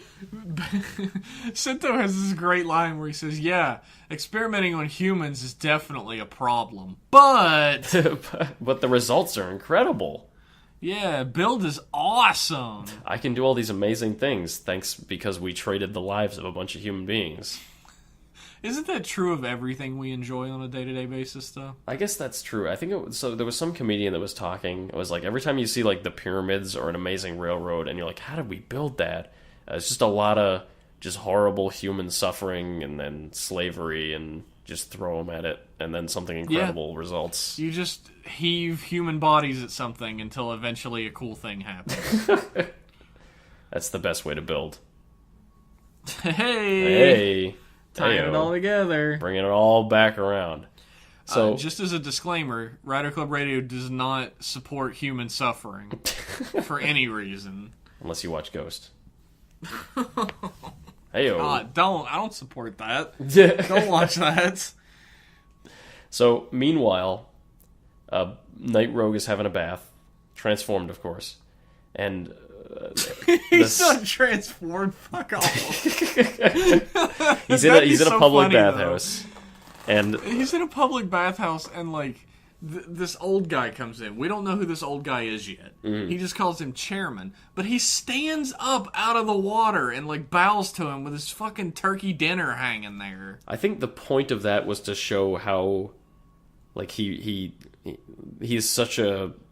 so, not like respects him, but like he's a lackey to this guy so much that he has to stand in his presence, even if it means showing his pee-pee. He's he's like dominant. He's like a dominated, right? He's submissive to this dude. Yeah. Fuck. This guy is totally his boss. Turns out it's CEO Nanba of Nanba Heavy Industries, a weapons company. And they're in bed with Faust over the Kamen Rider belt, like the rider system Yeah, they want to, like, sell it to the government. Yeah. And so they're like... So they fund Faust. Yeah, so he's like, you're in hot water, buddy. I hear Kamen Rider's been running around. Shut the fuck up. Hi-yo! That was not even on purpose, but you... it was like an accidental layup, and then you just alley-ooped it. You fuck. Fuck. You were like, fuck, where's the ball? Oh, no! So he's like, you're in hot water. I hear your rider's been running around in other countries doing shit he's not supposed to. Don't make sure it doesn't happen again. And Bloodstar or Night Rogue. Fuck, I always confuse the two. He's like, yo, you have to get your dad to go to declare war, or else I'm going to take my money away and tell everybody about Faust. Yeah. And he's like, no, please, Papa Moneybags, don't, no. Sugar Daddy, don't do it. Meanwhile, back at the Batcave, Banjo and Misora decide to go on a date because they're both like Misora was kidnapped for her power, so she can't leave because Faust knows who she is. Banjo is a fugitive, so he can't leave. So they're like, let's put on disguises and go for a date because they got cabin fever. So they go out. Banjo dresses like a bancho. I've totally missed that. Banjo dresses like a boncho, I guess is how it's actually pronounced. But, and Misora dresses like a schoolgirl, and she's not super happy about this. She thinks it looks like they're cosplaying, because it does. They do look ridiculous, but they're adequately disguised. And they go shopping, and they have a great time. And Misora reveals that after the Skywall tragedy, she mysteriously fell into a coma for 7 years, which I'm sure has nothing to do with her power. No. She fell into a coma, woke up, got kidnapped, got rescued, and then decided that Sento was so cool that she decided to help him. And right as she reveals that, robot cops catch up to them. A bunch of robo-cops corner them. Robert Cops. The furniture of law enforcement. And Misora runs away, and Banjo fights them, and they call. They're like, dude, you gotta help me. Sento, you're Kamen Rider. And Sento's like, I can't because my stupid boss, who looks like Makoto from Ghost, wearing glasses, told me that I have to write up a report on the cube, on the Pandora's box, because the two other members of the two other prime ministers are coming to Toto to look at it, and also Faust is going to steal it tonight, but I don't know that yet. And then he hangs up. It was weird that he said that. It felt a little spoilery. It's almost like he's trying to convey a bunch of information because he forgot to tell it earlier. No, but he's like, well, all right, I'll come. Yeah, he has to pull an all-nighter, but he's like, I'll just get out of the office for a real quick. So he goes in and fights them. He rescues them. And then he fucks right back to the office to keep working on his report, which I think is hilarious. They mentioned that he finished. He's got a job. He finished, and then he just went right back to the lab because he had work to do. Faust is planning on stealing the cube, the Pandora's box, because I imagine the goal is they steal it, everyone blames each other, and then a war breaks out. So they go to steal it, and it's one of Sento's coworkers, one of his work buddies, is there, turns himself into a smash. They fight. They take the fight outside. They take the fight to the old creek where you skip stones. They're in the quarry. In the old quarry. The old rock quarry. Sento wins, and his coworker's like, aha, I've already won because I got you away from the lab, so they're probably stealing it right now as we speak. And his other coworker, his other work buddy, is there stealing it. And then the coworker kills himself by shaking the bottle all over himself, I guess. But before, if you get double exposed, you all automatically die. Right? Oh, that's true. Unless you're really cool, then you just get turned into a smash again. But he's shaking a bunch of bottles all over himself, and he's like, one last thing, because I guess this will be hilarious if I tell you. Katsuragi, the doctor who you thought was murdered by Banjo, is alive. And he goes, ha ha ha ha. He's fucking melting to pieces. I knew it would be funny if I told him. And then he disappears. Jeff, what did you think of episode 9? You forgot the most important part of this episode. Oh, shit, I did. The journalist lady. At the very end of the episode, we see the chairman of Nambu Heavy. Is his name Chairman Nambu? Is Namba. Namba Heavy Industries. So Chairman Namba is in his car, and he's like, everything goes according to plan. Ha, ha, ha. And somebody says, here's the latest intel on Kamen Rider Build, and a girl hands it to him. And I was like, oh, no. And then the camera pans over, It's the journalist lady. Whose name I can't remember. Takegawa. Oh it's my her. God. That's why she isn't in the opening credit crawl. You thought it was a mistake, but it was on purpose. I bet she's Bloodstock because she's a fucking snake. Wouldn't that be cool, though, if she was Bloodstalk? Yeah, could be. Girls can't be monsters. Girls can't. Cool or riders. You can't transform. If you're a girl, Well, that's not true. In Double, there was Taboo and Clay Doll. They That's played true. big parts. Okay, so maybe she's Bloodstock. It's You just on the can't table. be a rider. It's on the table. It wouldn't make any sense that she has, like, an old man voice, but whatever. It's a voice changer, okay? Yeah, I mean, it would make less sense if Bloodstalk actually sounded like that when he wasn't transformed because of how Night Rogue sounds. Yeah, Night Rogue. Like with Night Rogue, you can tell it's him. Like you can kind of tell. Yeah, but he has a voice changer. It's a little distorted, but you can make out the voice underneath it. Bloodstock, I don't know. Who knows? But that was the number one stinger for me. That was a good one. I saw that and went, "What the fuck?" That was a good one because she from the start she's like, "Let me work with you, or I'll expose you." Like she doesn't have the best relationship with Sento in the beginning, anyways. Yeah, I guess that's true. She just seemed like, I guess I thought she was just going to be like a Lois Lane, right? Like she'll do whatever to get the story. She'll follow all the leads, be a bloodhound. Mm-hmm. But it turns out she's just a fucking villain. Well, she is doing whatever to get the story. Yeah. She's doing whatever to get the money. Her boss is apparently the chairman of Nanba Industries. Nanba Heavy Industries. So she's been feeding him intel on Kamen Rider this whole time. So he knows who Kamen Rider Build is. I wonder if she's told him, though. What if she's, like, playing both sides a little bit? Playing double agent? Yeah. So she's like... I don't foresee that. That'd be cool, but I don't really foresee it. We'll see. But, yeah, Nanba Heavy Industries is in bed with the journalist. Hopefully not literally. Good. But, yeah, this episode is I hate to sound like a broken record, but all these episodes are good. Like, this episode's a tour de force. There's no weak episodes from October. I'm sorry. They're all good. No. I mean, November could take a steady nosedive for all we know. But yeah, that'd be interesting. That'd be good for us. Jesus, I don't know. I don't want another Ghost. I don't... Like, Ghost started out mediocre. This is starting out really good. That would be, like, way more heartbreaking. Be more of a if gut punch. the series started out really good and became shit. Yeah. Overall, like, it's got to the point where I can't pick a favorite character.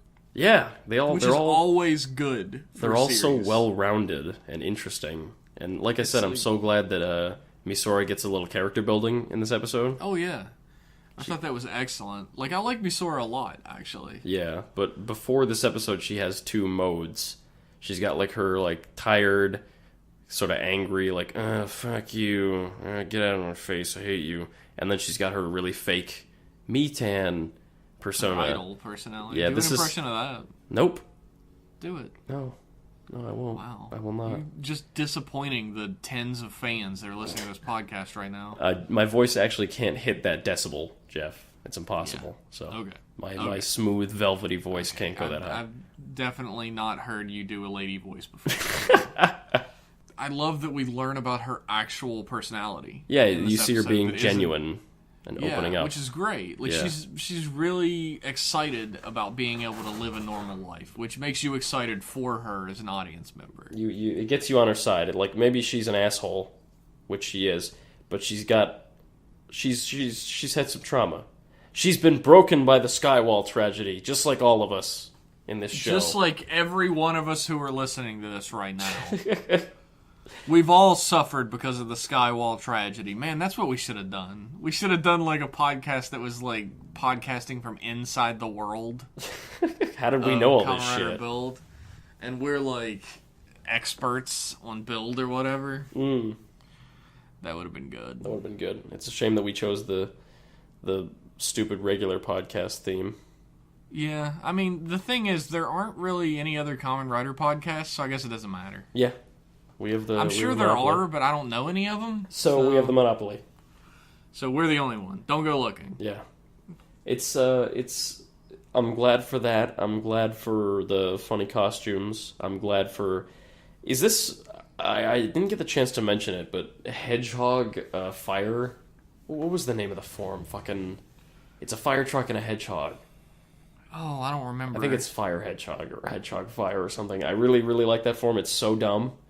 It's like all the lion vacuum is dumb too, but I like that one. Lion vacuum is the one that's introduced in 9. Yeah, that's good. What makes a lion and a vacuum so compatible? Huh? They're exactly the same thing, Liam. How can you not see? Of course, the lion is the vacuum of the African savannah. Yes, that's what they say. Like the hedgehog is the fucking fire truck of the animal kingdom. Really? They use their spines. Shouldn't it be like fire truck elephant or something? I don't know. What I really like is he has a pirate bottle. I read about the pirate bottle right away. I was never gonna use it. I was like, bomb diggity, I can't wait for him to use the pirate bottle. And it turns out he's had it this whole time, and he never used it. When he gets the comic bottle, he's like, what should I use this for? What's the good one? Pirate. I'm thinking pirate, maybe? And then he puts it in, and it's not a best match. And he's like, fuck, it's a One Piece form? He's got a One Piece? No, it's a Naruto form. Get fucked. He's like, oh, it doesn't work with pirate. It's not a best match with pirate. Better put pirate away in the box forever. He throws pirate in a garbage can. He gives it to Misora, and Misora just throws it out. Put this in the refuse for me. Like, put it in the recycling bin. Yeah, recycle it. Yeah, please. We're environmental here at the lab. I want a night bottle. Like, oh yeah, like night. Maybe I thought that might be the Ryuki form. That'd be a great wolf night. Yeah. Oh yeah, wolf night. That would be dope. That'd be neat. But we'll see. We'll see if guts form. Guts form. But wait, wolf and knight are both animals. It's got to be. Knight's not an animal, you piece of shit. Well, neither is ninja, but that counts as the animal. Yeah, it can't be wolf knight. It would have to be. Get it. It would have to be night light bulb. Night bulb. Night light. Night light. That would be really funny if there was night and light. Yeah. Night light. That'd be sick. I wonder what the forms are gonna look like. Have we even seen? I'm not paying super close attention to the scans. But have we seen upgrades for Build yet? Do we know? Or just a shit ton of side grades? We saw an upgrade for Cross Z. Yeah, I saw that.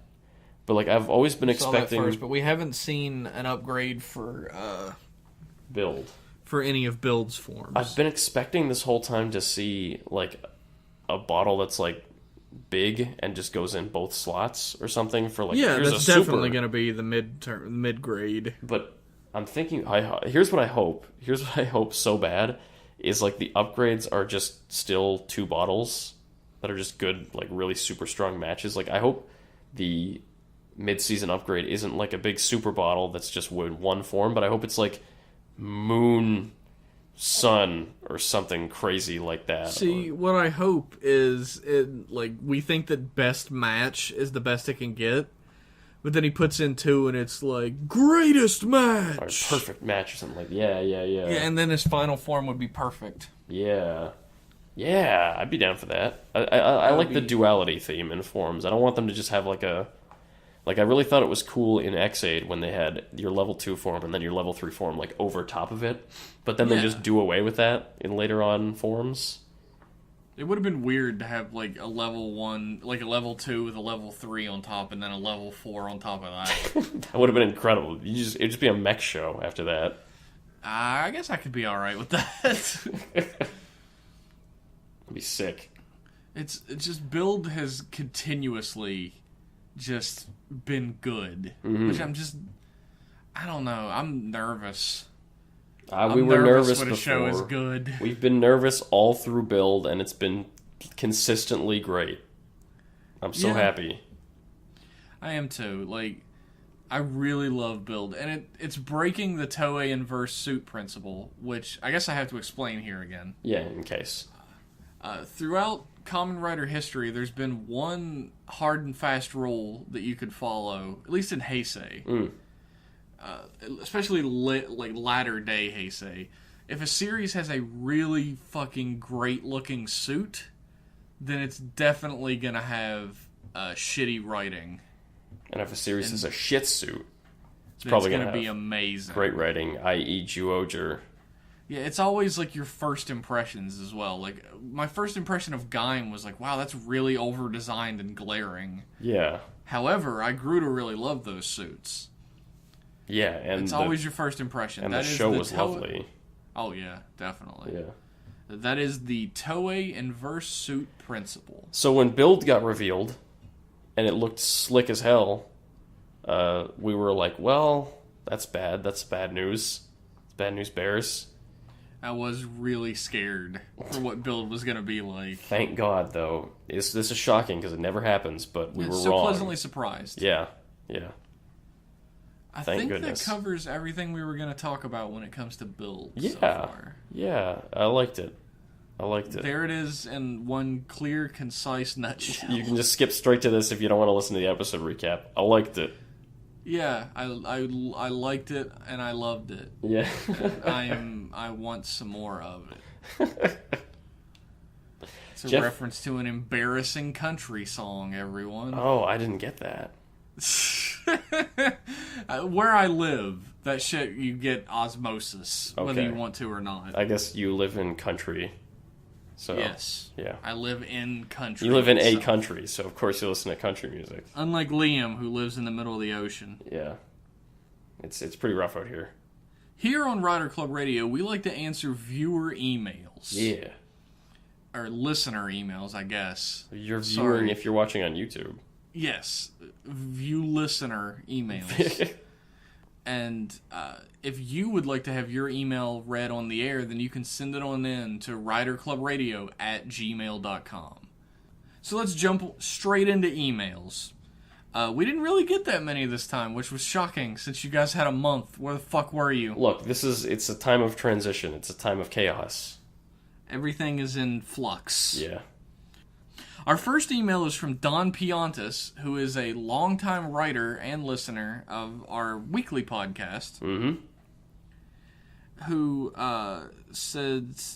writes to us with, "Hey RCR, well guys, it's finally the end of Weekly Rider Club Radio. Geez guys, I usually send emails once in a while to think of good questions, but now I guess I might send emails for every episode because it's monthly. Do it. Do it. Might as well. I dare you. Do it. We have so few emails now, I imagine this is going to be a running theme. Please so send do it it. in. Yeah. Questions. 1. There was a Ganbarizing video of Night Rogue transforming, but unlike Machine Chaser, he also says Henshin.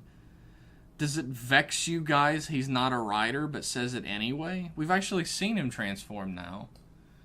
And he says...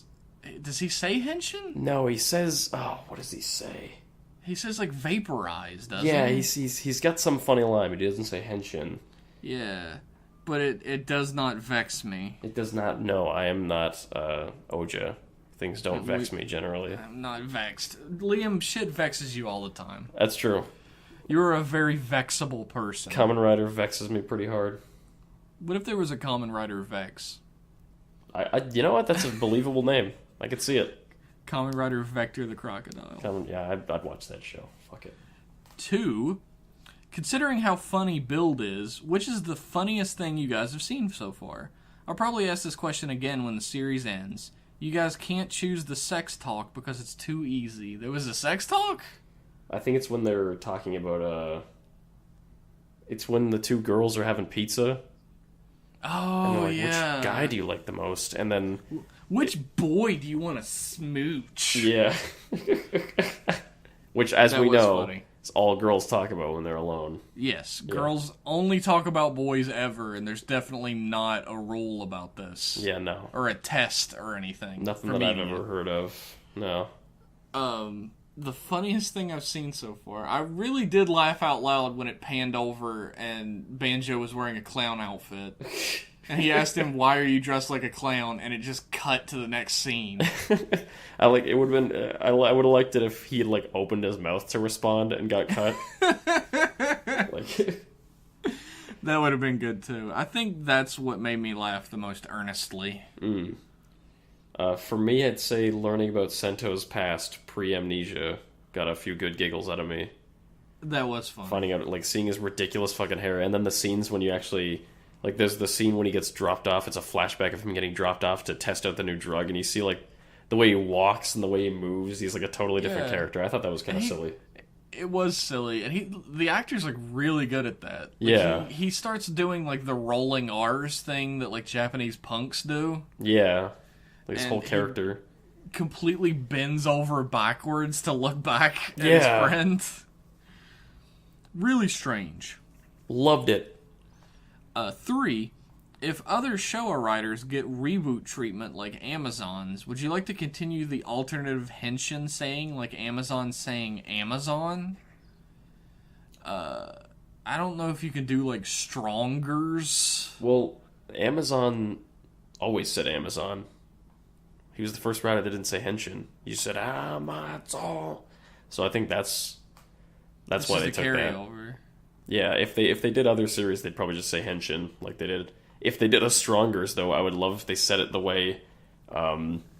Stronger. Oh my god. No, I love if they said it the way Shigeru Joe did, where he's like, Henshin Stronger! As he, like, rubs his hands together like a crazy man. Yeah, I'd like that shit. That's the funny thing, is, like, most writers just say henshin, right? Mm-hmm. And you think, like, that has to go back all the way. Nope. But, like, Stronger yells henshin stronger. Yeah. And Amazon said Amazon. Mm-hmm. Even Kamen Rider 1 didn't say henshin at all. Kamen Rider 2 started that shit. Really? No, he does say henshin. Okay. He just doesn't do arm motions. Oh, okay. Like, he just jumps to transform. Yeah. And he doesn't say henshin every time, either. Mm-hmm. But, he says Rider henshin. Yeah. Rider henshin. Yeah. Which is great. I fucking love that. So any Amazon-style reboots, I think, should just... Whatever they did in the original show, absolutely carry that over. That's tradition. That is true. God damn it. Question 4. If you guys were Kamen Riders, how would you interact? Like, would Liam be watching on the side while Jeff gets beat up by monsters like Kaiser defies before giving the Excel watch? Thanks for reading, Don Piantas. I think a good measure of how we would interact as riders is how Sento and Banjo interact. I think that's pretty dead on, actually. They're the most realistic... It's the most realistic depiction of, like, friends who are riders, but who also act like real people and aren't just best buddies all the time. Yeah, I think that's probably the closest it would be. Yeah.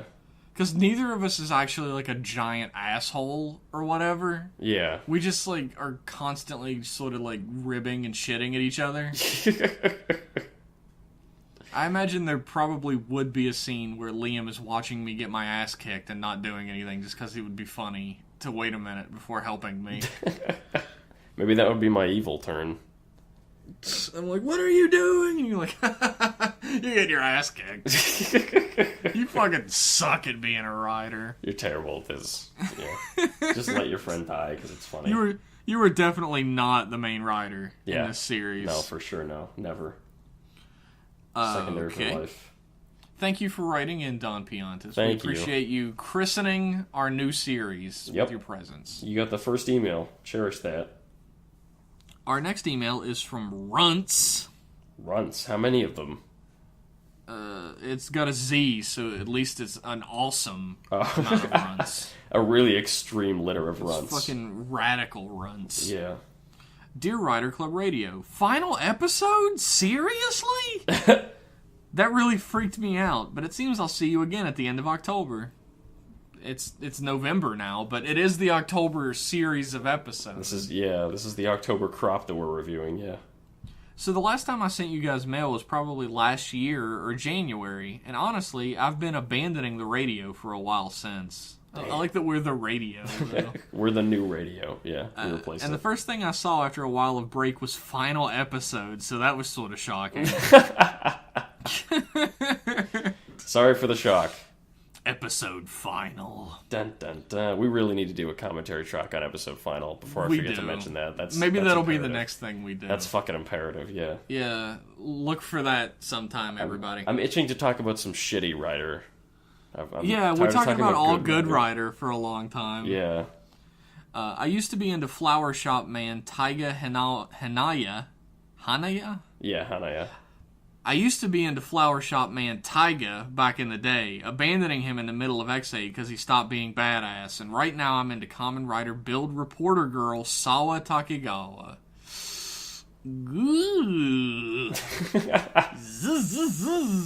She's pretty cute. She is very cute. She's evil, though. She's also very evil. Very evil. And I used to say you guys make me want to do a radio too, but I have no tokusatsu friends. I'm going to record a tokusatsu radio show with like 4 other people on Monday. Hell yeah. Yeah, do it. Yeah, make a better one than us. It's not hard. Nah, we're the best. We set the bar nice and low for you.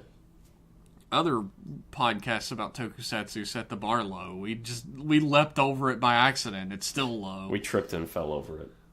Anyhow, I think I really missed you guys. Wit. Okay. They don't miss us. They missed our wit. That's fine. Just almost as good as Sento and Ryuga in their previous episode sum-ups. That's true. It's just a long form of that. That's true, yeah. I just realized they do the same shit we do. Except much faster. We're not supposed to watch the next episode preview, ever.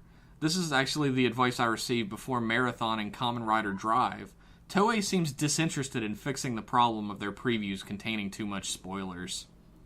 You gotta entice the kids.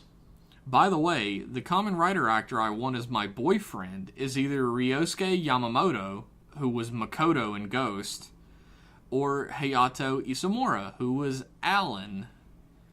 And I'm sure my mom wants Ryosuke Miura, who was Ankh. Ankh's pretty... Ankh has, like, the softest face. He's the weirdest looking dude. People love him. The roundest, softest face of probably any Rider protagonist. Big eyes. Character-wise. Easy. Character-wise, I'd want Shuichi Kitawaka as my boyfriend, though. And by the way, I'm lesbian. Okay. So, wait. I'm not asking any questions. I'm trying to do the math on this one. I got my abacus out. I can't... so I can't let you claim Yasuko Kobayashi as your waifu. She is my waifu, and Tokyuger fucking rules. Too late. Okay, see you at the end of October. Runts. Welcome. And she sent in some cool fan art and photography. Yeah? Which I guess you guys will never see, but it's really fucking dope. Like, if you look for Runts with a Z, I'm sure you'll find it. Okay. Our next email... Can you guess who it's from? Jake the Snake? It's from Jake the Snake. I missed this guy. We missed you over the month, Jake. Who says, "Hey Jeff and Liam, I really appreciate being given the honor of the very last email read before the podcast got rechristened to the monthly version. Thank you very much." Thank you, dude. You write in like every week. Yeah. It's super appreciated. Fortunately, you couldn't get the first monthly email, but when we go yearly, try again. When we go centuryly, we'll definitely make sure that you're the one. These past episodes of Build were surprising to me in how the devil scientist Katsuragi went from being just a murder victim to Stalk revealing that he's the founder of Faust. We learned a lot more about that guy since then. Yeah, like I said, as his character development is one of the most interesting parts of the show for me. I gotta agree. Like, as much as I'm really enjoying the development the main characters have, like, the unfolding mystery of Katsuragi is really what's drawing my attention the most in the series. He's interesting. Some other things I thought were personally notable. Night Rogue's henshin made me remember a point Jeff brought up with Itsuru, who was the Centipede Orphanaut played by Hojo. Oh yeah, this fucker. About how villains' henshins are much slower in order to be menacing. I think this works well with Gentoku when he transforms into Night Rogue, since he uses vaporized instead of henshin. And I love the contrast of missed match to best match. Here's one thing. In the promotional materials and stuff for Build, they told us that, Bloodstark and Night Rogue, Bloodstock and Night Rogue, to transform, they shoot themselves in the head. Isn't that hardcore? But they don't. I guess at some point someone was like, yeah, maybe we shouldn't do that.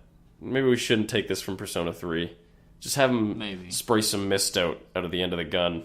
Fuck it. Mist match. That's why it looks kind of weird. Like, he, like, poses like he's about to do some shit, and then he just kind of, like, psh.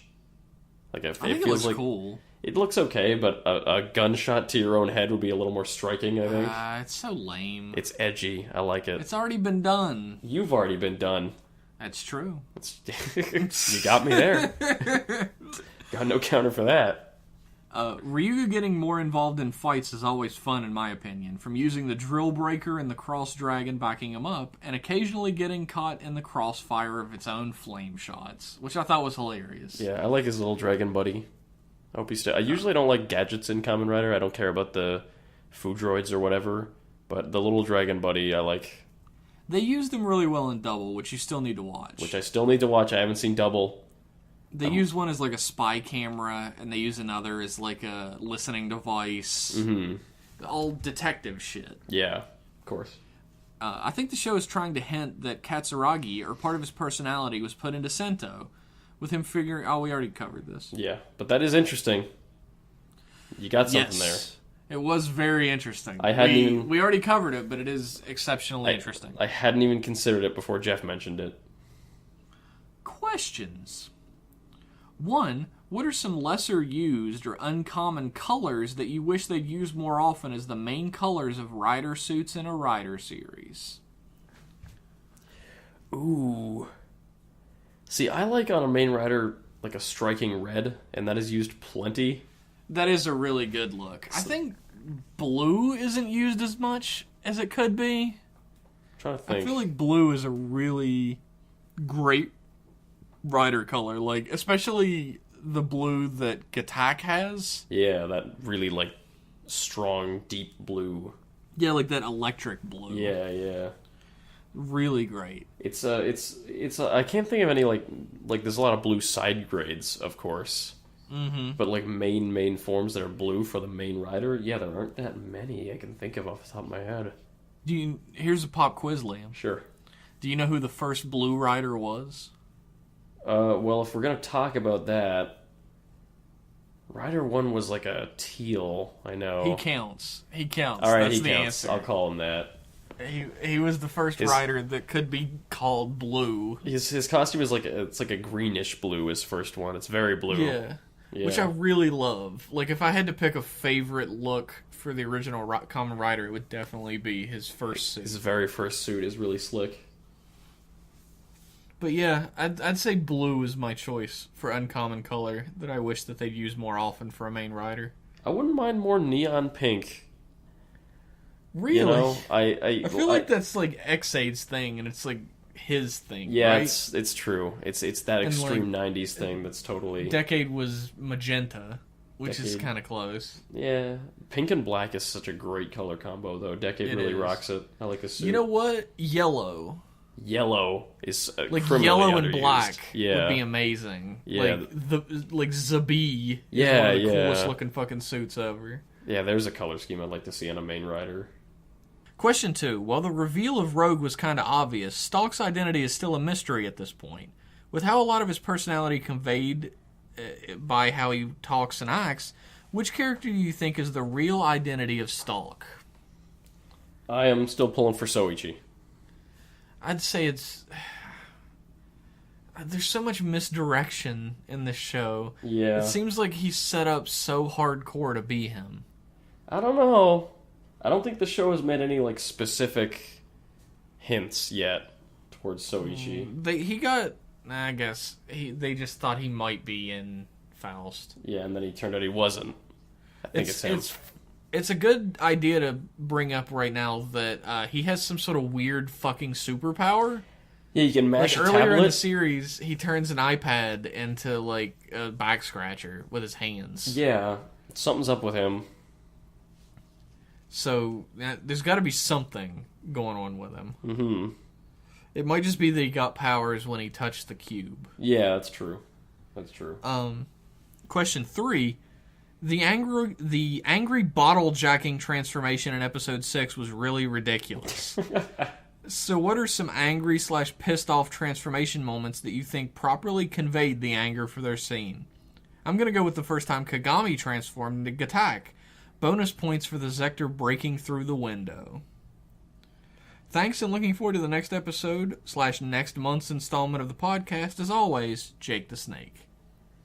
Thank you, Jake. What do you think conveyed the anger? There's a bit in Gaim, without giving too much away. There's a part where the main character's Lockseed gets smashed, gets beat up, and he's getting the shit kicked out of him. And he gets up, and he's like, "You fucking, I'm so tired of getting beat up." And he thrusts his Lockseed out, and it just, like, sort of fixes itself in his hand. It sounds like some spoilers. That's why I can't describe too much, or else it gets into spoiler territory. But it's a really intense scene. I really always like that henshin. That's a shot that stuck out in my mind. It's like on the side of like a creek in a forest. It's really nice. The scenery's nice. Gakusano is a nice actor. He conveys that emotion really well. And that scene of like the Lockseed fixing itself is like kind of an oh shit moment. It's I'm not giving anything else. Can't give anything else away. I guess that's true. Yeah. That's a tough one though. Like, off the top of my head, like, I can't really remember much. There's this, I don't know. It's tough. You know what's a good one is when Kuga's fighting the bat in the church, and it's the first time he turns into mighty form, and it's like he's transforming as he's... Let me show you my henshin. Yeah, and he's transforming as he's beating up the bat, and I remember it's a shot with him like he's punching the bat as the helmet forms onto his head. That looks really neat. Awful special effects. Some of the worst I've ever seen. But the idea, is the really actual cool. like cinematography and then you get like an amazing shot of him like posing with his fist out in front of a fucking burning church. Yeah, badass. It is really cool. I think I'll probably like. The thing is, I'm stuck because he stole mine. That is definitely my favorite. I love the bottle. Like, it really does look like you're jerking off two dicks when you use it. It's inescapable. And he tries really hard for it not to look like that. Like, he holds onto the edges with just, like, 3 fingers. But it's impossible. It just looks like he's jerking off tiny dicks. It's even funnier that way, actually. Yeah. I don't know. My actual choice for the best one is Kagami. Mm-hmm. Transforming for the first time. Yeah. I love that man. Yeah, Kagami is for sure the best character in Kabuto. So now that we've gotten through all of our emails... I wanted to ask you, Jeff, have you been keeping up on Jetman? For the most part, yes. We were supposed to watch episodes 25 through 35. I watched up to 34. I also watched up to 34. Now, I may have watched 35. It's really hard to remember at this point. It's a lot. 10 is a lot. This I've decided... the Jetman section is going to be a little informal. Yes, we're not going to be giving descriptions of what we've watched. We're just going to be talking, sort of shooting the shit about what we thought while we were watching it. So the thing that struck me the most about these 10 episodes is when Guy and White Swan Lady, Kaori. Oh my god, Kaori. Finally get together against all odds. Yeah, that was fucking weird, man. Yeah. That was like out of left field. She's just like, alright, I love you now. Like a demon comes from another dimension and traps her in a wall, and Guy's Which is also very strange. Also really weird. But he's like, we need blood to turn into demon form. And Guy's like, fuck it, just take my blood. So they take his blood instead, and she's like, God, Guy, he's so nice. He's so great. Here's the thing, though. From her, like, this scene has one of two outcomes for us as an audience. She starts remembering all the times Guy saved her, and then she falls in love with him, right? Mm-hmm. So we as an audience have to either think Kaori is an oblivious bitch who like has gone out of her way not to notice that Guy loves her, or up until this very moment she has realized that Guy is just trying to have sex with her, and she forgot during this moment. Those are one of two outcomes that this scene is supposed to tell us as an audience. So she tells him she loves him, and after that, it's too awkward to go back on it. So she's like, I guess I'm going to marry him. I guess I have to be with him forever now. She was going to marry some dude she hadn't seen in years, who was an asshole. That's true. Earlier in the series. This isn't much worse. This is a dude she sees all the time who's an asshole. The thing that really stood out to me wasn't that. It was that finally, after what I thought the entire series wasn't ever going to address again, like, Ryu and Maria? Rue, as they call him. Rue and Rie? Yeah, Rie. Like, he realizes that Maria is Rie. Like, she transforms back to normal and, like, then gets turned back into Maria. So now there's another love triangle between Rie/Maria and Radiguet. Yeah. So this show cannot get over the love triangle. That's Inoue's favorite trick. Jesus. But I feel like after that, like after the love triangle is resolved between Guy and Ryu and Kaori, there's not a whole lot of character drama between the Rangers anymore. No. Like it kind of dries up because that's all they had, kind of. No. There's also like the rivalry between Ryu and Guy is resolved as well. When we learn that Guy actually like loves him, it's like his favorite guy. Don't talk bad about Ryu. I can talk bad about him because I fucking love him. Definitely my Don't favorite. talk about my best friend Ryu. Definitely my favorite episode in these batch that we watched was the one where they go to hell. It really happened, but it sounds so ridiculous when you say it. It's like, okay, so they get together in the lair and they're like, okay, guys, I have a good idea. This is one I've been sitting on for a while. I didn't want to just blow it right away. But what if we made a monster that could just kill you?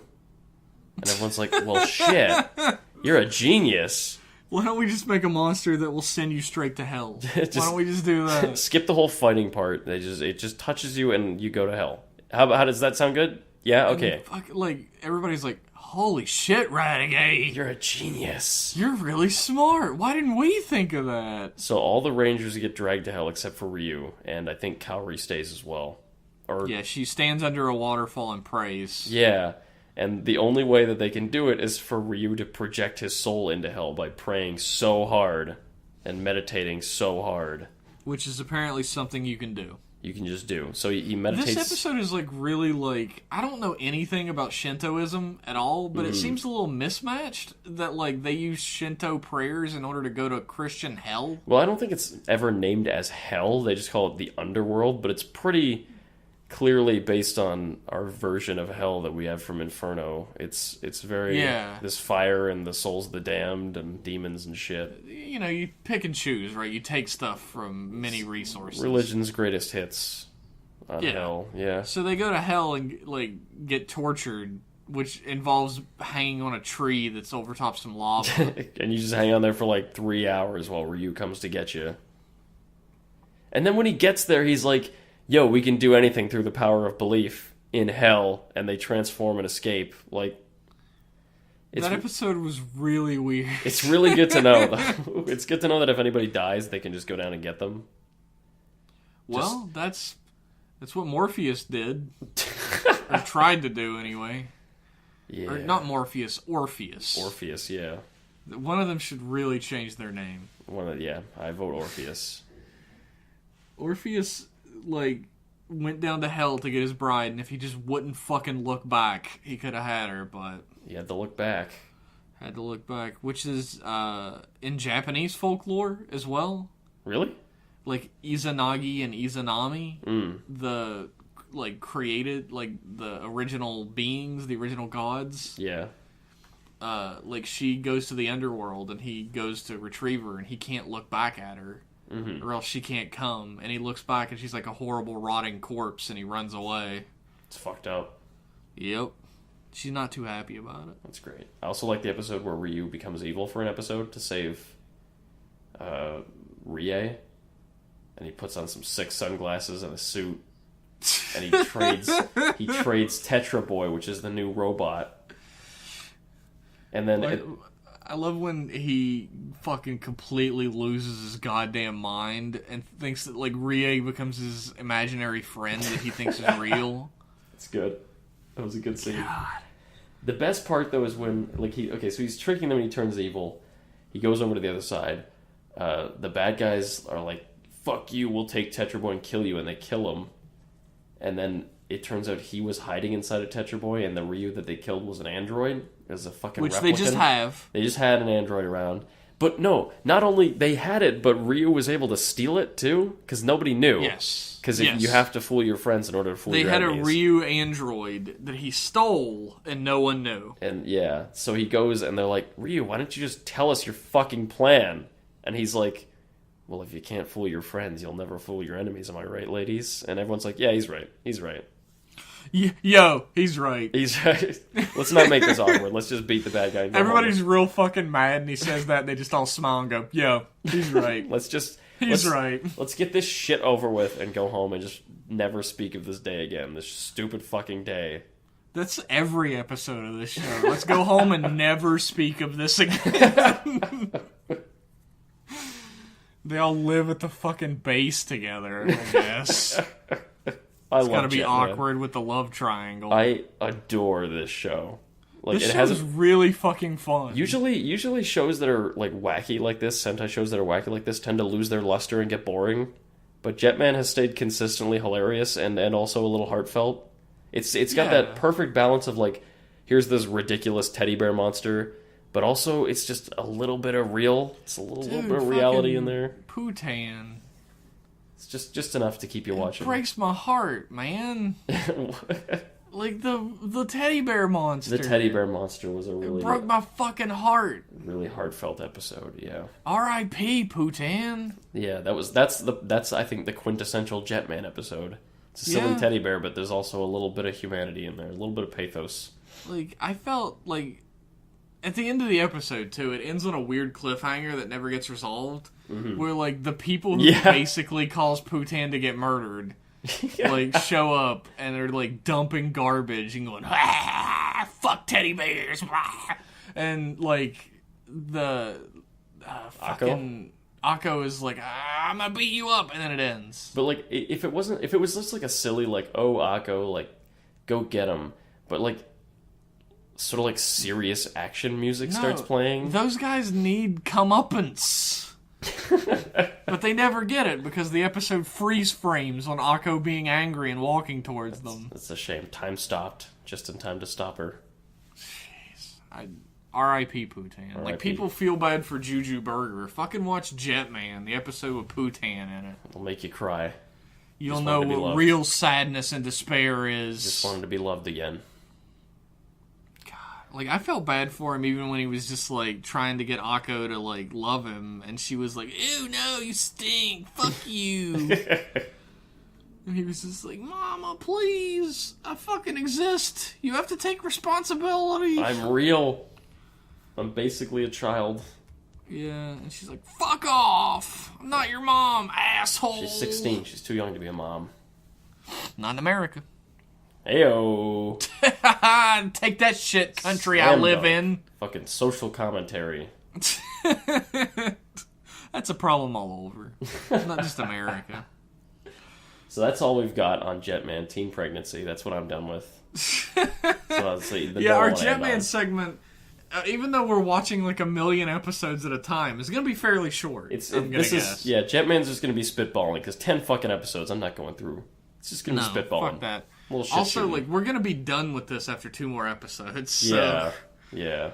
Then we might make an actual meaty segment. But this is Rider Club Radio. Yeah, fools. The Sentai was always secondary. Yeah. Super Sentai secondary. Yeah, sometimes literally a Super Sentai second. But you know what? What? We appreciate you guys waiting a whole month to listen. If you did listen. If you didn't, I guess you don't know I'm saying this, so it doesn't matter. But thank you for being a listener. And if you're a new listener, thank you for that. And tell all your friends. Yeah, and as a reward for waiting, the episode is over 2 hours long now. So yes, you're welcome. Yes. Tell all your friends about this great podcast. Tell your family. Tell your clergy. Tell everybody you know. Tell everybody about Rider Club Radio. Do it. Spread it around. And if you, like I said earlier, if you'd like your email read on the air, the email segment is as long or short as you guys make it. Mm-hmm. you can write in an email to riderclubradio@gmail.com. Or, if you'd like to follow us on Twitter, definitely do that, because we tweet all month long. While you wait for the new episode, you want to see some hilarious... definitely tweet all month long, and not super sporadically, but we're going to work on that. If you are missing the hilarious wit of Jeff and Liam during the dry spell, follow us on Twitter @RiderClubRadio, and you can hear our thoughts about Rider and Sentai and just everything. Everything. We'll be talking on there a lot. Everything. And if you'd like to hang out with like-minded Rider Club Radio fans, our Twitter actually has a link to a Discord server. Yeah, that, neither of us ever frequent anymore. But we have a Discord room with relatively sane people in it that you can hang out with and discuss Rider. Yeah. Who, because they're a fan of the show, at least lets you know that they have somewhat similar opinions and ideas on Rider as you do. Yeah. Or can at least handle them. Which is great. But, I really wouldn't expect to see either of us there very much, but maybe. We go sometimes. Sometimes. I used to go a lot. Liam has been twice. I've been a couple times. We might go again sometime. I don't do Discord very often, but sometimes. I've completely fallen off of it, so there's that. But thanks for tuning in, and we'll see you in 30 days. See ya.